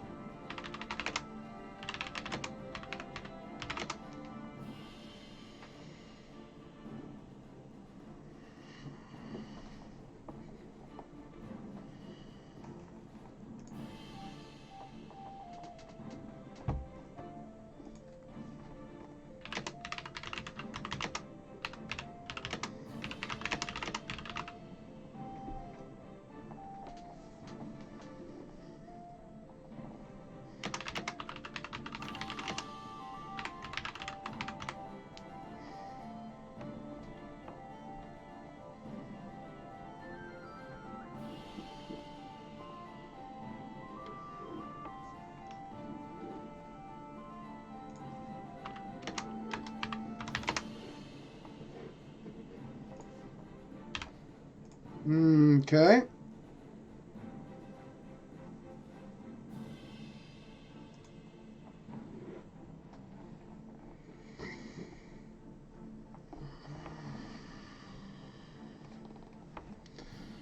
So, every month we make that roll. They get a level separate on the side. Once they're successful, they can use this to their favor. They get all these means to kind of add to their roll. Ooh. You want a festival to be more?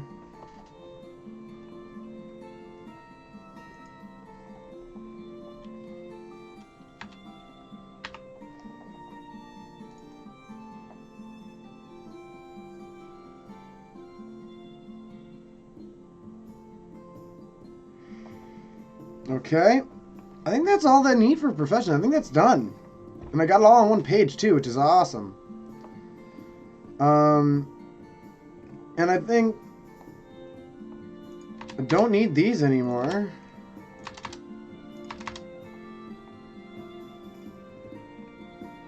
Is there any way I can make this smaller?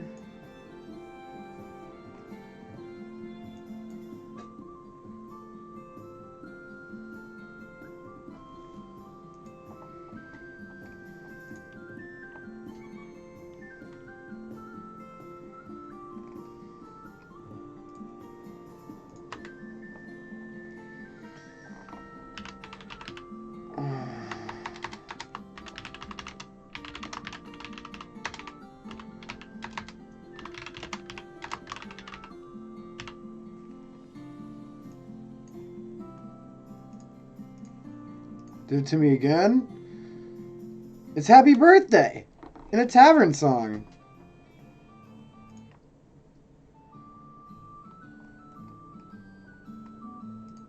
try this. Special occasions? What is going on?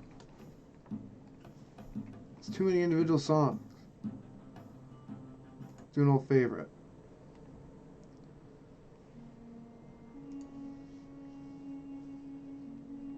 Okay, so class and profession level.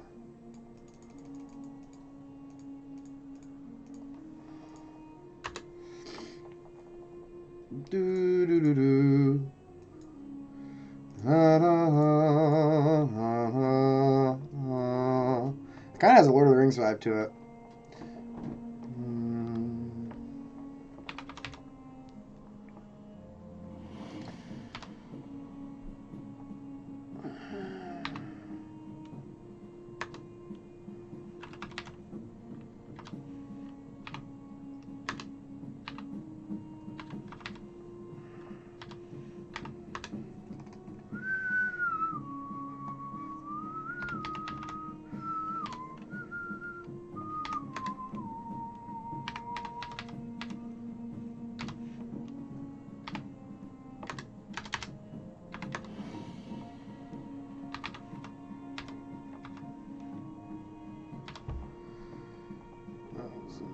Level 7, 34.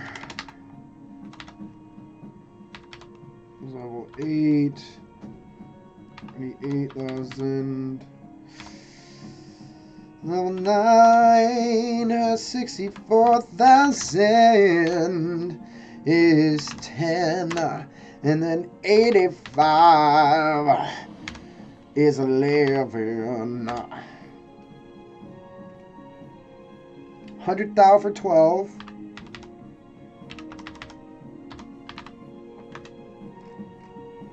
$120 for 13.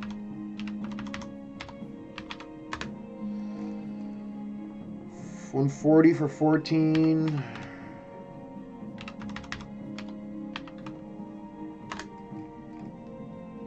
$165 for 15. $225.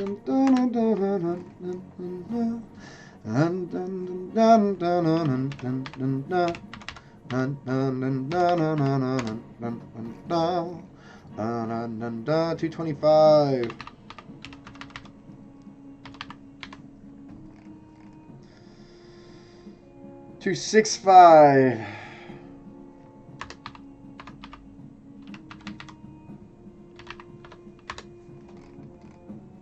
$305.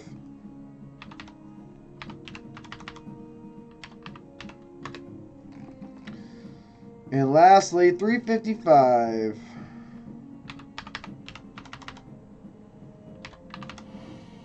Level 20. Get rid of all that trash. It takes up so much space. I hated it.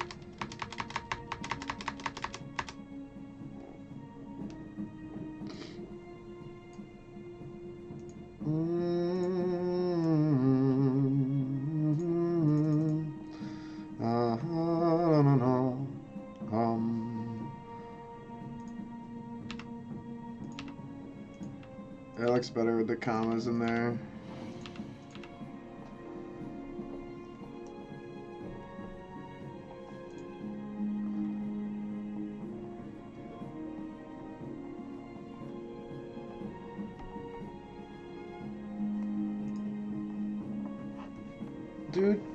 Yeah, yeah, yeah.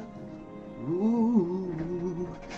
Oh, I got a knot in my back. Yeah.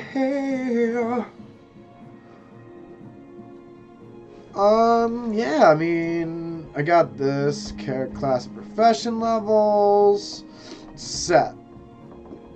I got professions set. Character creation set.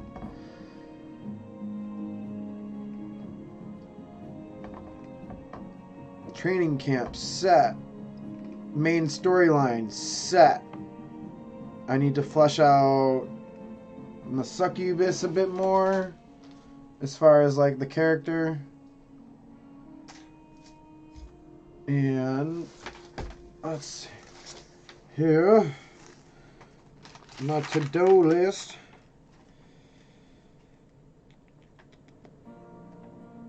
I've done this. I've done that. Okay. Where'd my pen go? My life is just always searching for a pen. Hey, smoothie.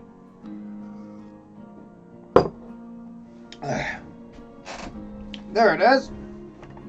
Yes. Found it. Okay. Find the map of the Sword Coast. Made the map of the Sword Coast. Made our monster map around Daggerford. We did that. Modules. We found all the modules around Daggerford. We did that. We have now set the Ducal Castle. We've done that. I don't think I pretty much decided, like, last night in my head, I was like, oh, like, what else do I need in the castle? There's going to be Gren, who lives there with Pancheska, quote-unquote Lady Morrowind, and then just servants. There's no more politics that go on up there, so it's just going to be a very cold and dead house where all the servants really dislike their job, but they don't have any other option, and they still work there, and they're a little bit abused because this evil lady is, well, she's evil and spiteful. So I don't think I need to do any more fleshing out of, like, characters in there. It's just going to be Pancheska. It's just going to be a cold house. So I assume there'd be more politics and more advisors, but, you know, you don't need advisors when you're not making the decisions. You know, the advisors are now all, you know, collective of the guild leaders. So now what we are left with is tier 1 prep. We need to figure out what the first 5 levels are actually going to look like. And I know what in my head they're going to look like. It's going to be opening scene. They meet at training camp in the the drilling fields. They see the 2 characters, Gren and Delphin. We then do roleplay some training activities and make them do some light rolls, some light checks. We would then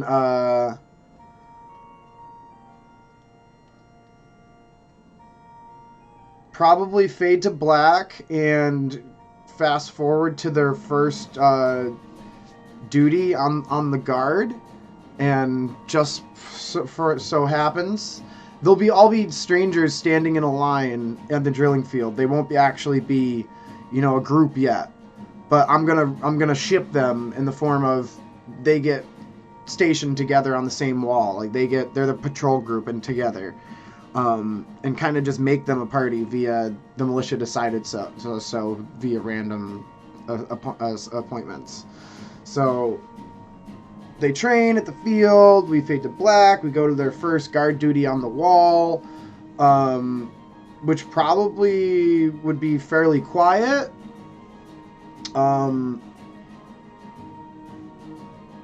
Maybe some perception rolls just cause, but we could, you know, add some things to those rolls. So if they get a really good roll, maybe they don't notice something not being there, but maybe they notice something else. Maybe they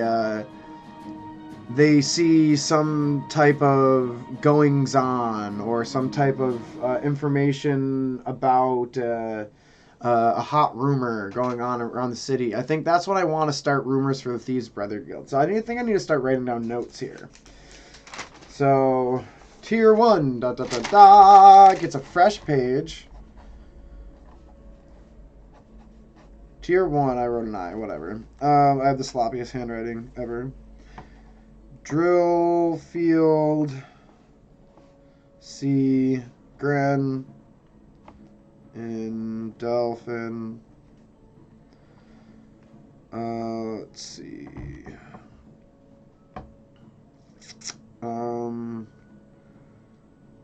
Respective roles.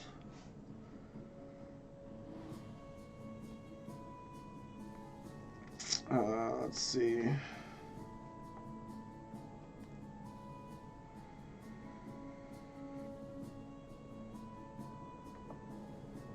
Oh, if I want to have maybe 2 or more. The majority of them need. So let's say DC 10, majority, party, success, reward, 100 XP,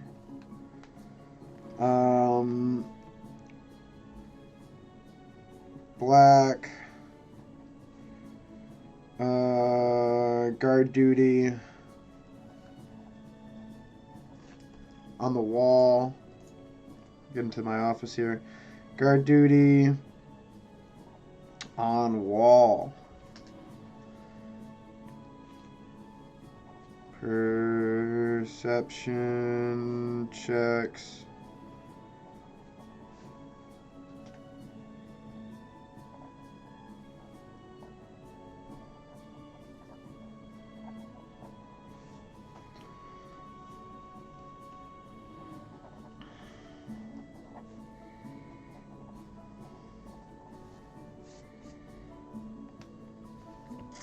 Let's look at our map real quick.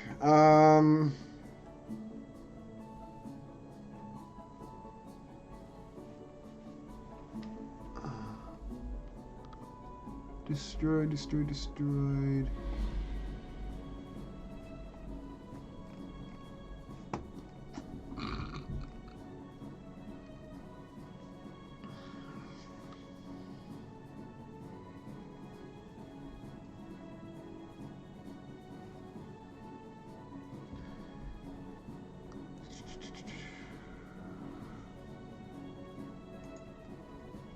Let's see, 173. Fair Fortune Hall. Let's see, 103 Crypt Garden.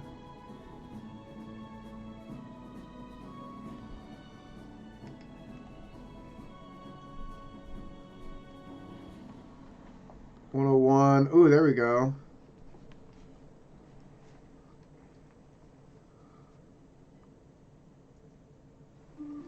Yeah, we'll start them on Oikens.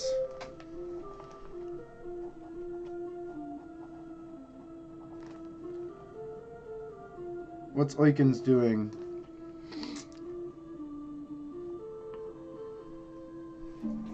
They're gonna be up on this side of the wall, up here by...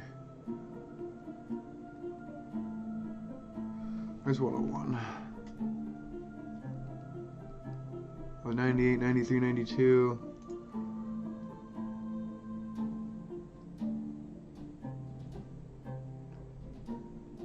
Huh.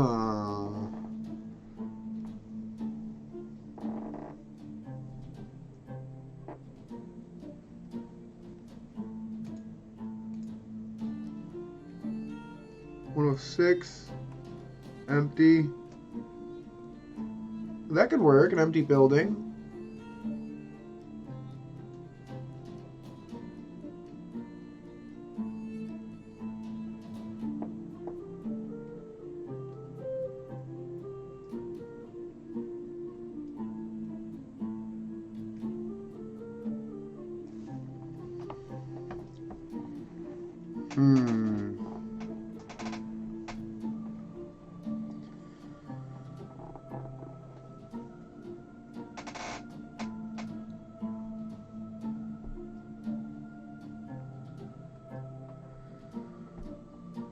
DC 20.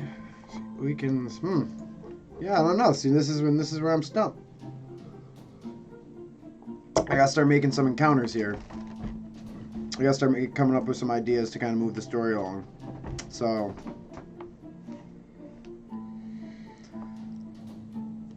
Gren's house is over there.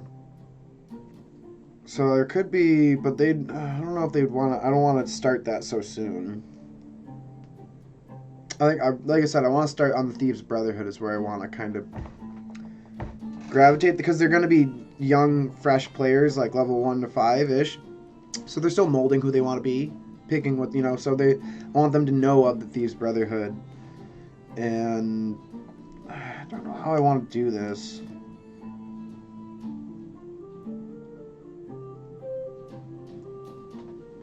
Maybe I pair them up with somebody on the wall.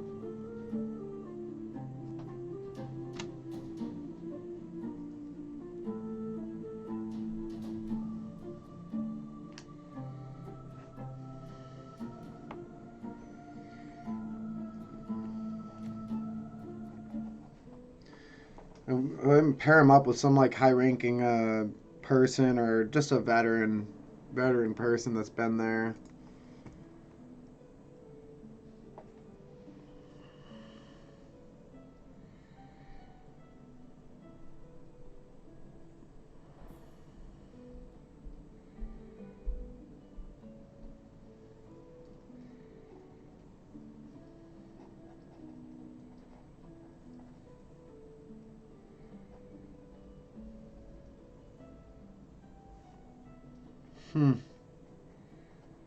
These Brotherhood? Question mark? I don't know where I want to go with this.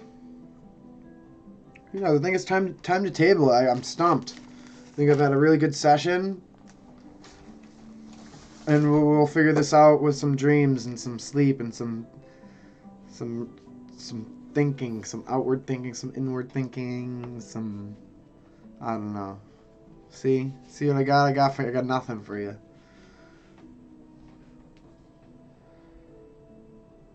Hoy.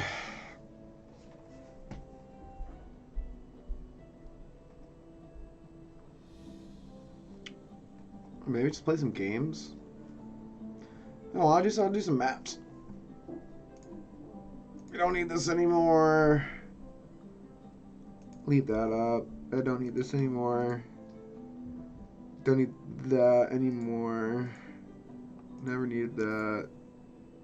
Leave these up. Leave those up. Let's play some games, I guess. Oh, maps. Maybe I should get some more coffee. Or maybe it should be naps instead of maps.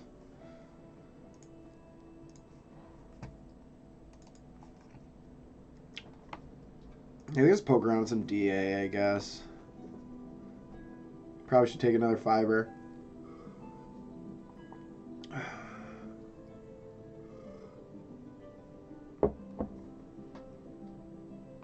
I actually would like to see something really quick.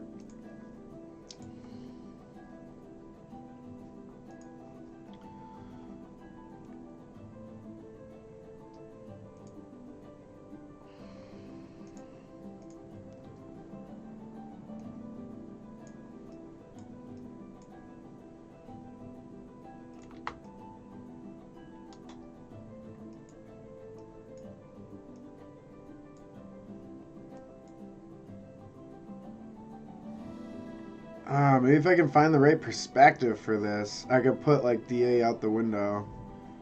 Like, watch my idea here. Oh shoot, there we go. So it's just behind me.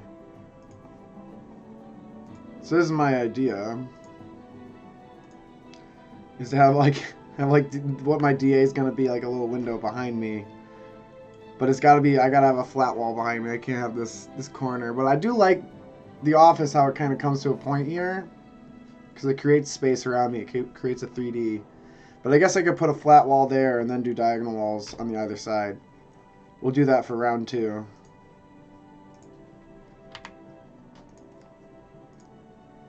Okay.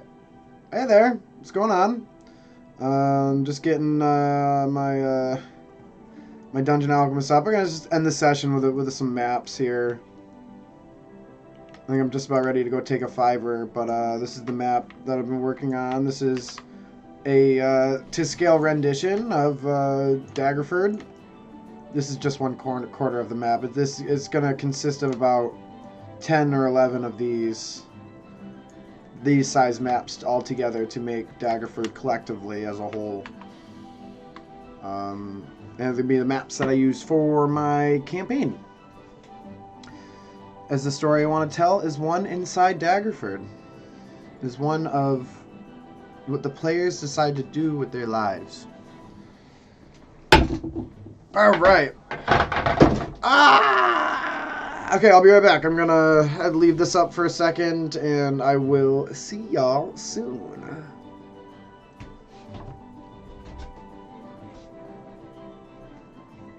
No, malware. Cut that out.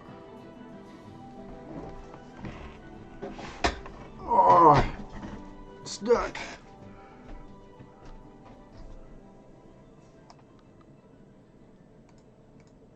There we go.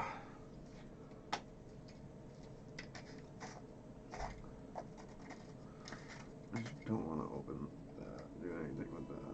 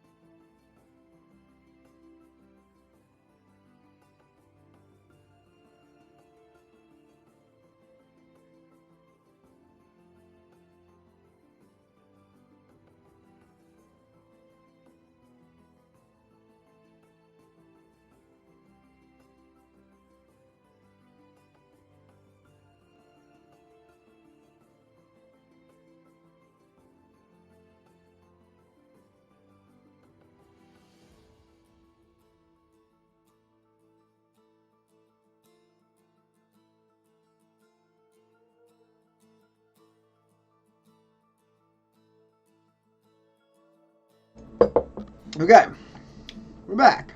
Hello. Badoop. So we were working on the old Smith here, Wayfell Smith. We did an old flashy house. Hey, where does rug go? There's some pieces are missing. Okay, oh well. Wrong one, wrong tab. There we go.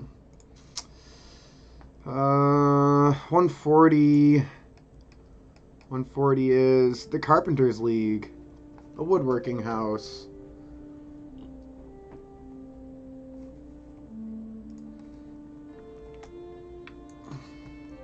It's already kind of set up as one a little bit here.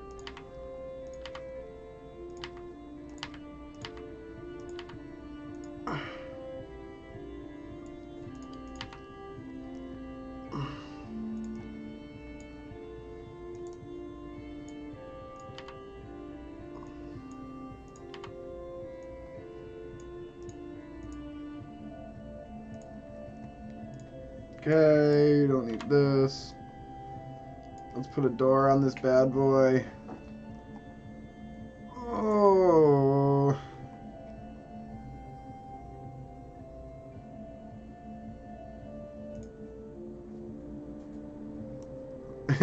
Boom, power up the auto gen. Here we go.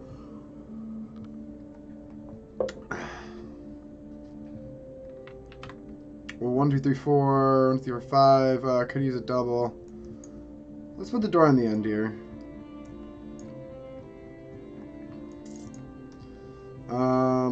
Let's see. Windows. Do windows after. I like placing the room and then doing windows. So we're gonna go into objects. Wood.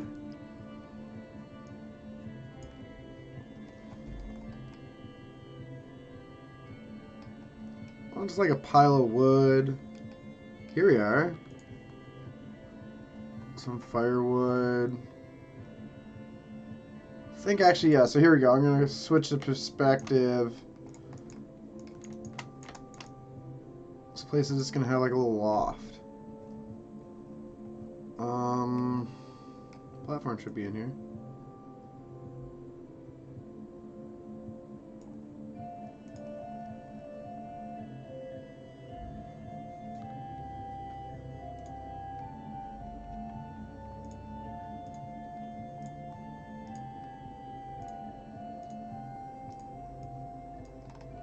Ooh, actually, these could be better, I think.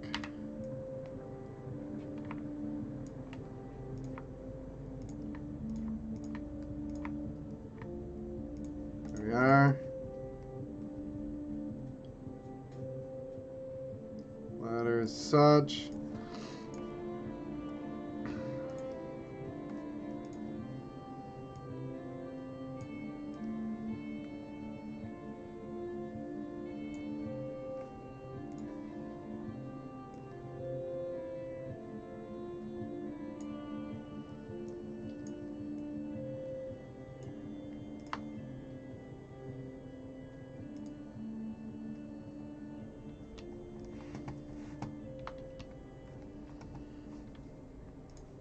Being weird. There we go.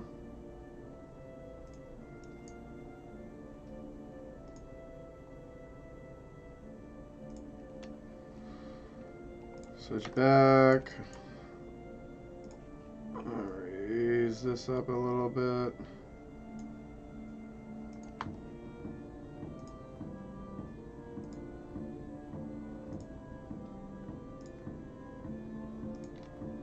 I wonder if I can change the color of these too. I can. Nice. That's so cool.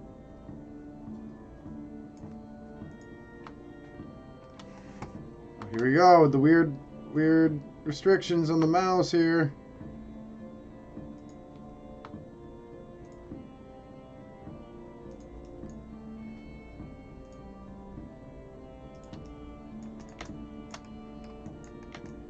Yeah, cool. Alright, awesome.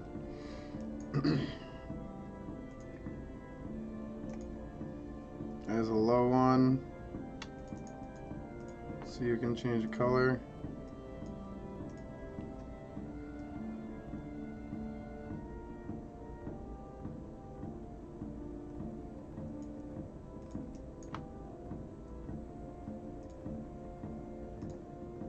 Perfect.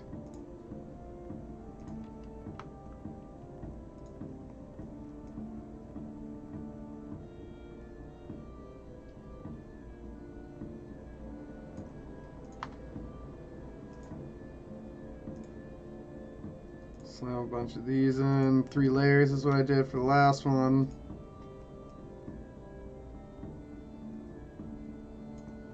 Here we are.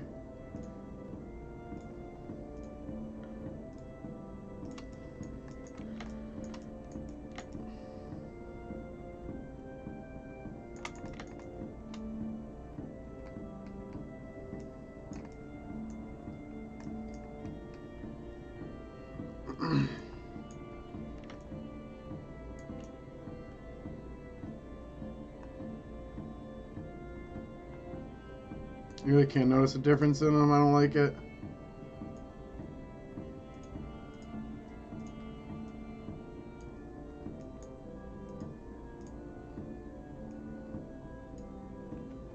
Just doing 1 tick over.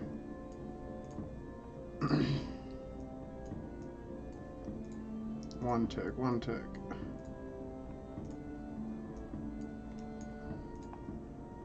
I should have checked this before I put them all down, but whatever. Here we are. Alright, distinct difference.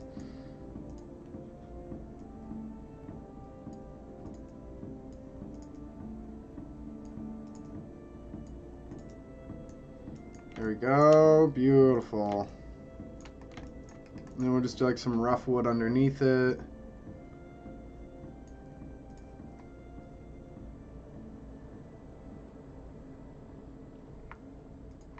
Bada bing. And then some loose pieces.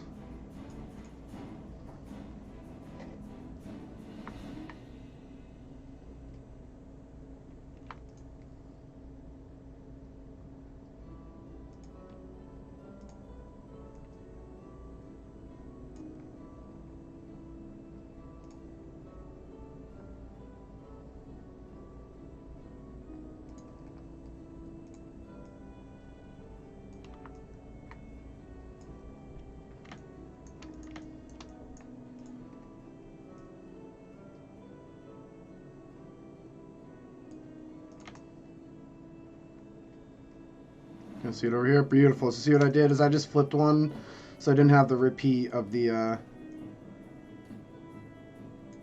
didn't have a repeat of the one that's split there.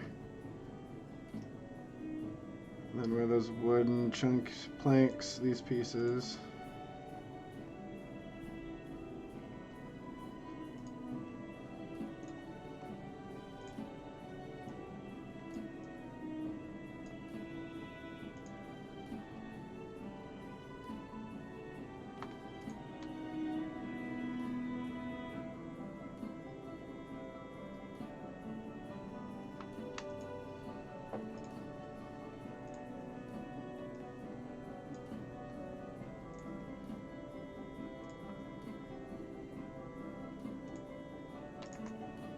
There we are, just some wood, just like some assorted wood for the cutters, for the league, the Carpenters League.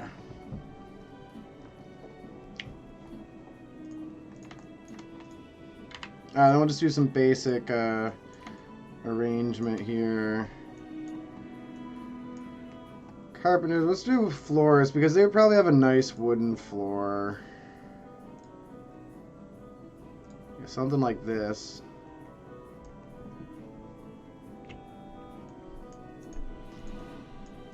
They would very much, you know, do their own floors very up nicely. Put that there.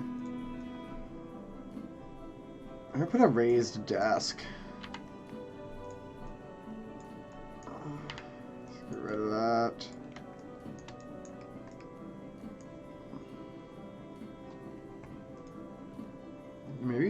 really big counter piece. Let's make this huge.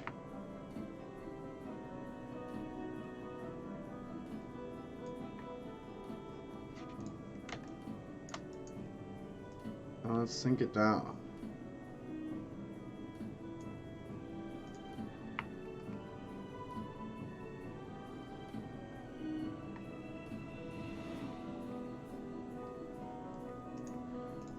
I'm a dingleberry.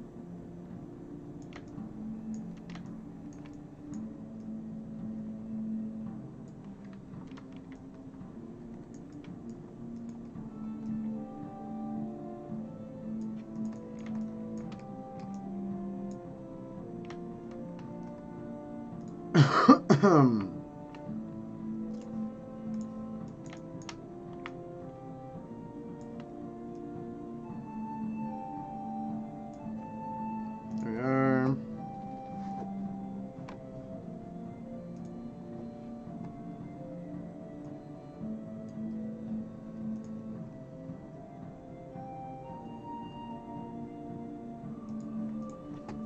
There we are.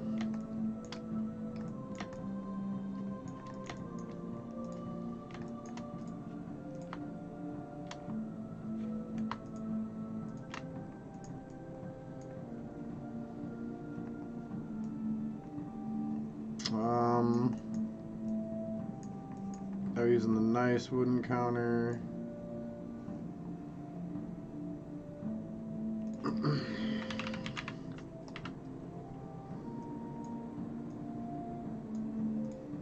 Here we are.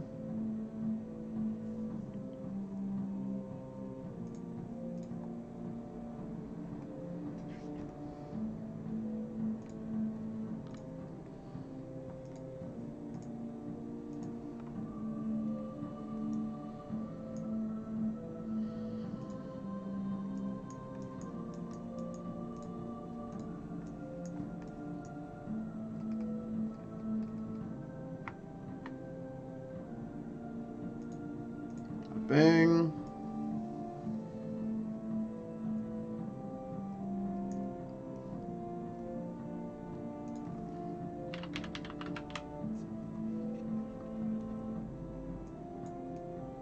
A collection of like wooden things over here.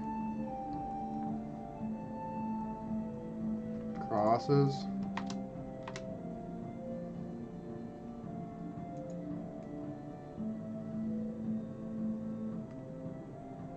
Yeah, like sculptures and statues. Maybe a boat. No, a boat wouldn't make sense over here. Like some cabinets. Yeah, I think some cabinets would make sense over here. Furniture. Yeah, stuff like this.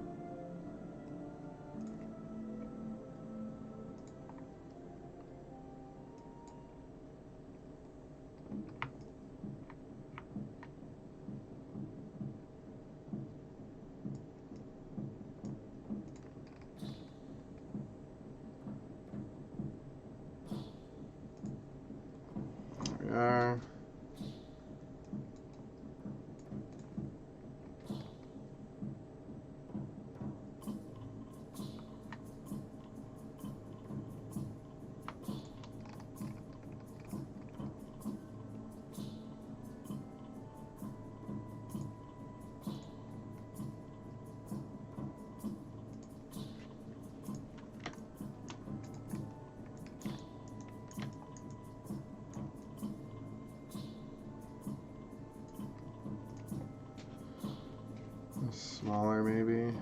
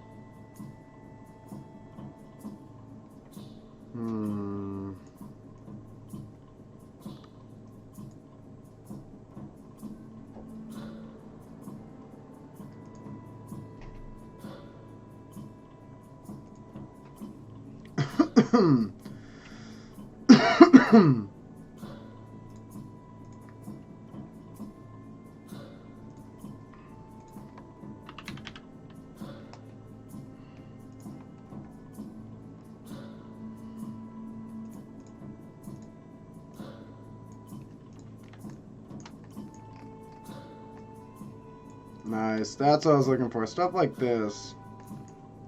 Just to give it some more shape.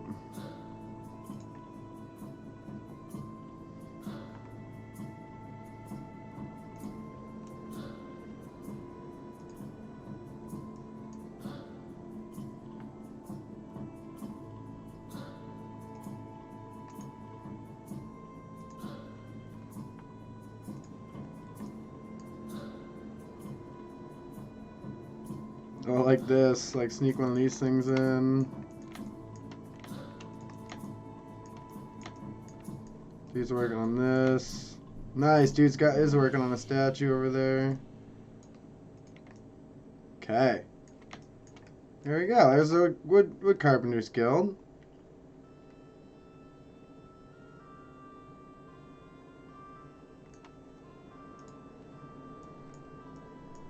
Anything more here? I mean, we don't really need to.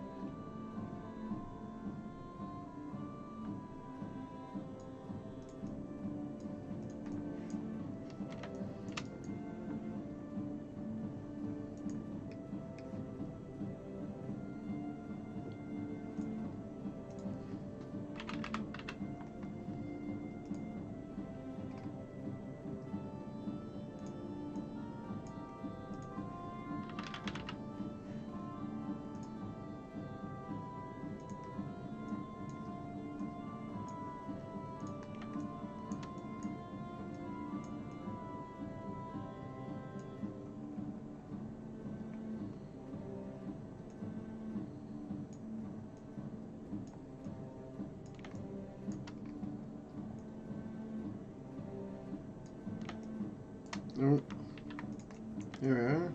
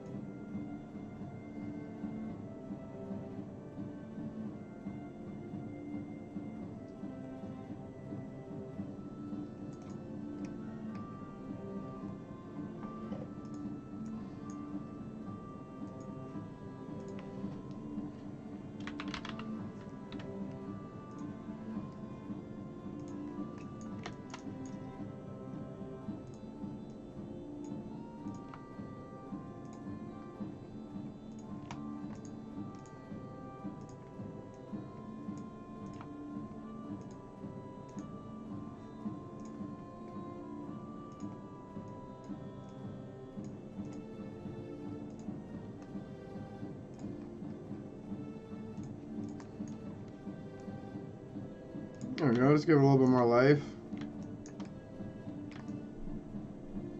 Cool. Got Monsieur Flashy. Alright, 1, 2, 3 done. Nice. Save here. And just kind of like one at a time, one building a day, not taking much time at it. Don't want to overdo it. You know, it's still a lot of clicking. I was just getting a little tired right there. Just clicking about. I'm gonna come back and do, like right here, I did a lamp because it's like a very important lamp. I thought I wanted it there for a reason. But I go back and I do light all as one thing. So I'll come back and redo all the lighting all at once, so everything looks good and balanced the way I like it.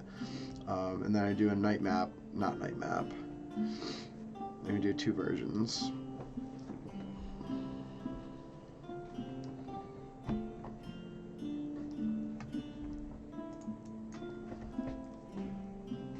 Man, you know, just trying to save.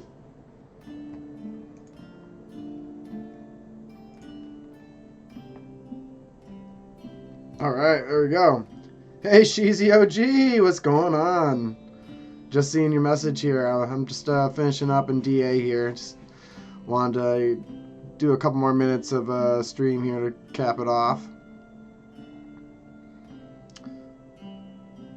But yeah, I don't know here. I gotta go get some ice on my shoulder. That's what's next on the docket. Maybe get some lunch. It was a good session. Oh my goodness.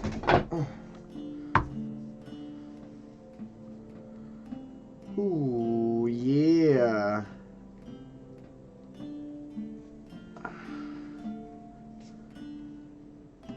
Well, alright, everybody. Take it easy. If you need me, I'll be over on Discord, or you can send me a whisper, and I'll be on tomorrow about around the same time, pending any emergency dad responsibilities or anything else. So, yeah. Awesome session. I think tomorrow we're going to really hack into Tier 1 and what we want it to look like. And we're getting close. And by the second half of the week, we're going to switch over to some Dungeon Alchemist and flesh out some of these maps. And once these maps are fleshed out, we'll be there. We'll be ready. And then I can't wait to see what what the channel turns into after Daggerford's prep, because then it's just going to be like bonus prep. It's going to be like doing Dragonspear Castle and different stuff. So, had a real good time. Take it easy. We'll see y'all tomorrow. Take care.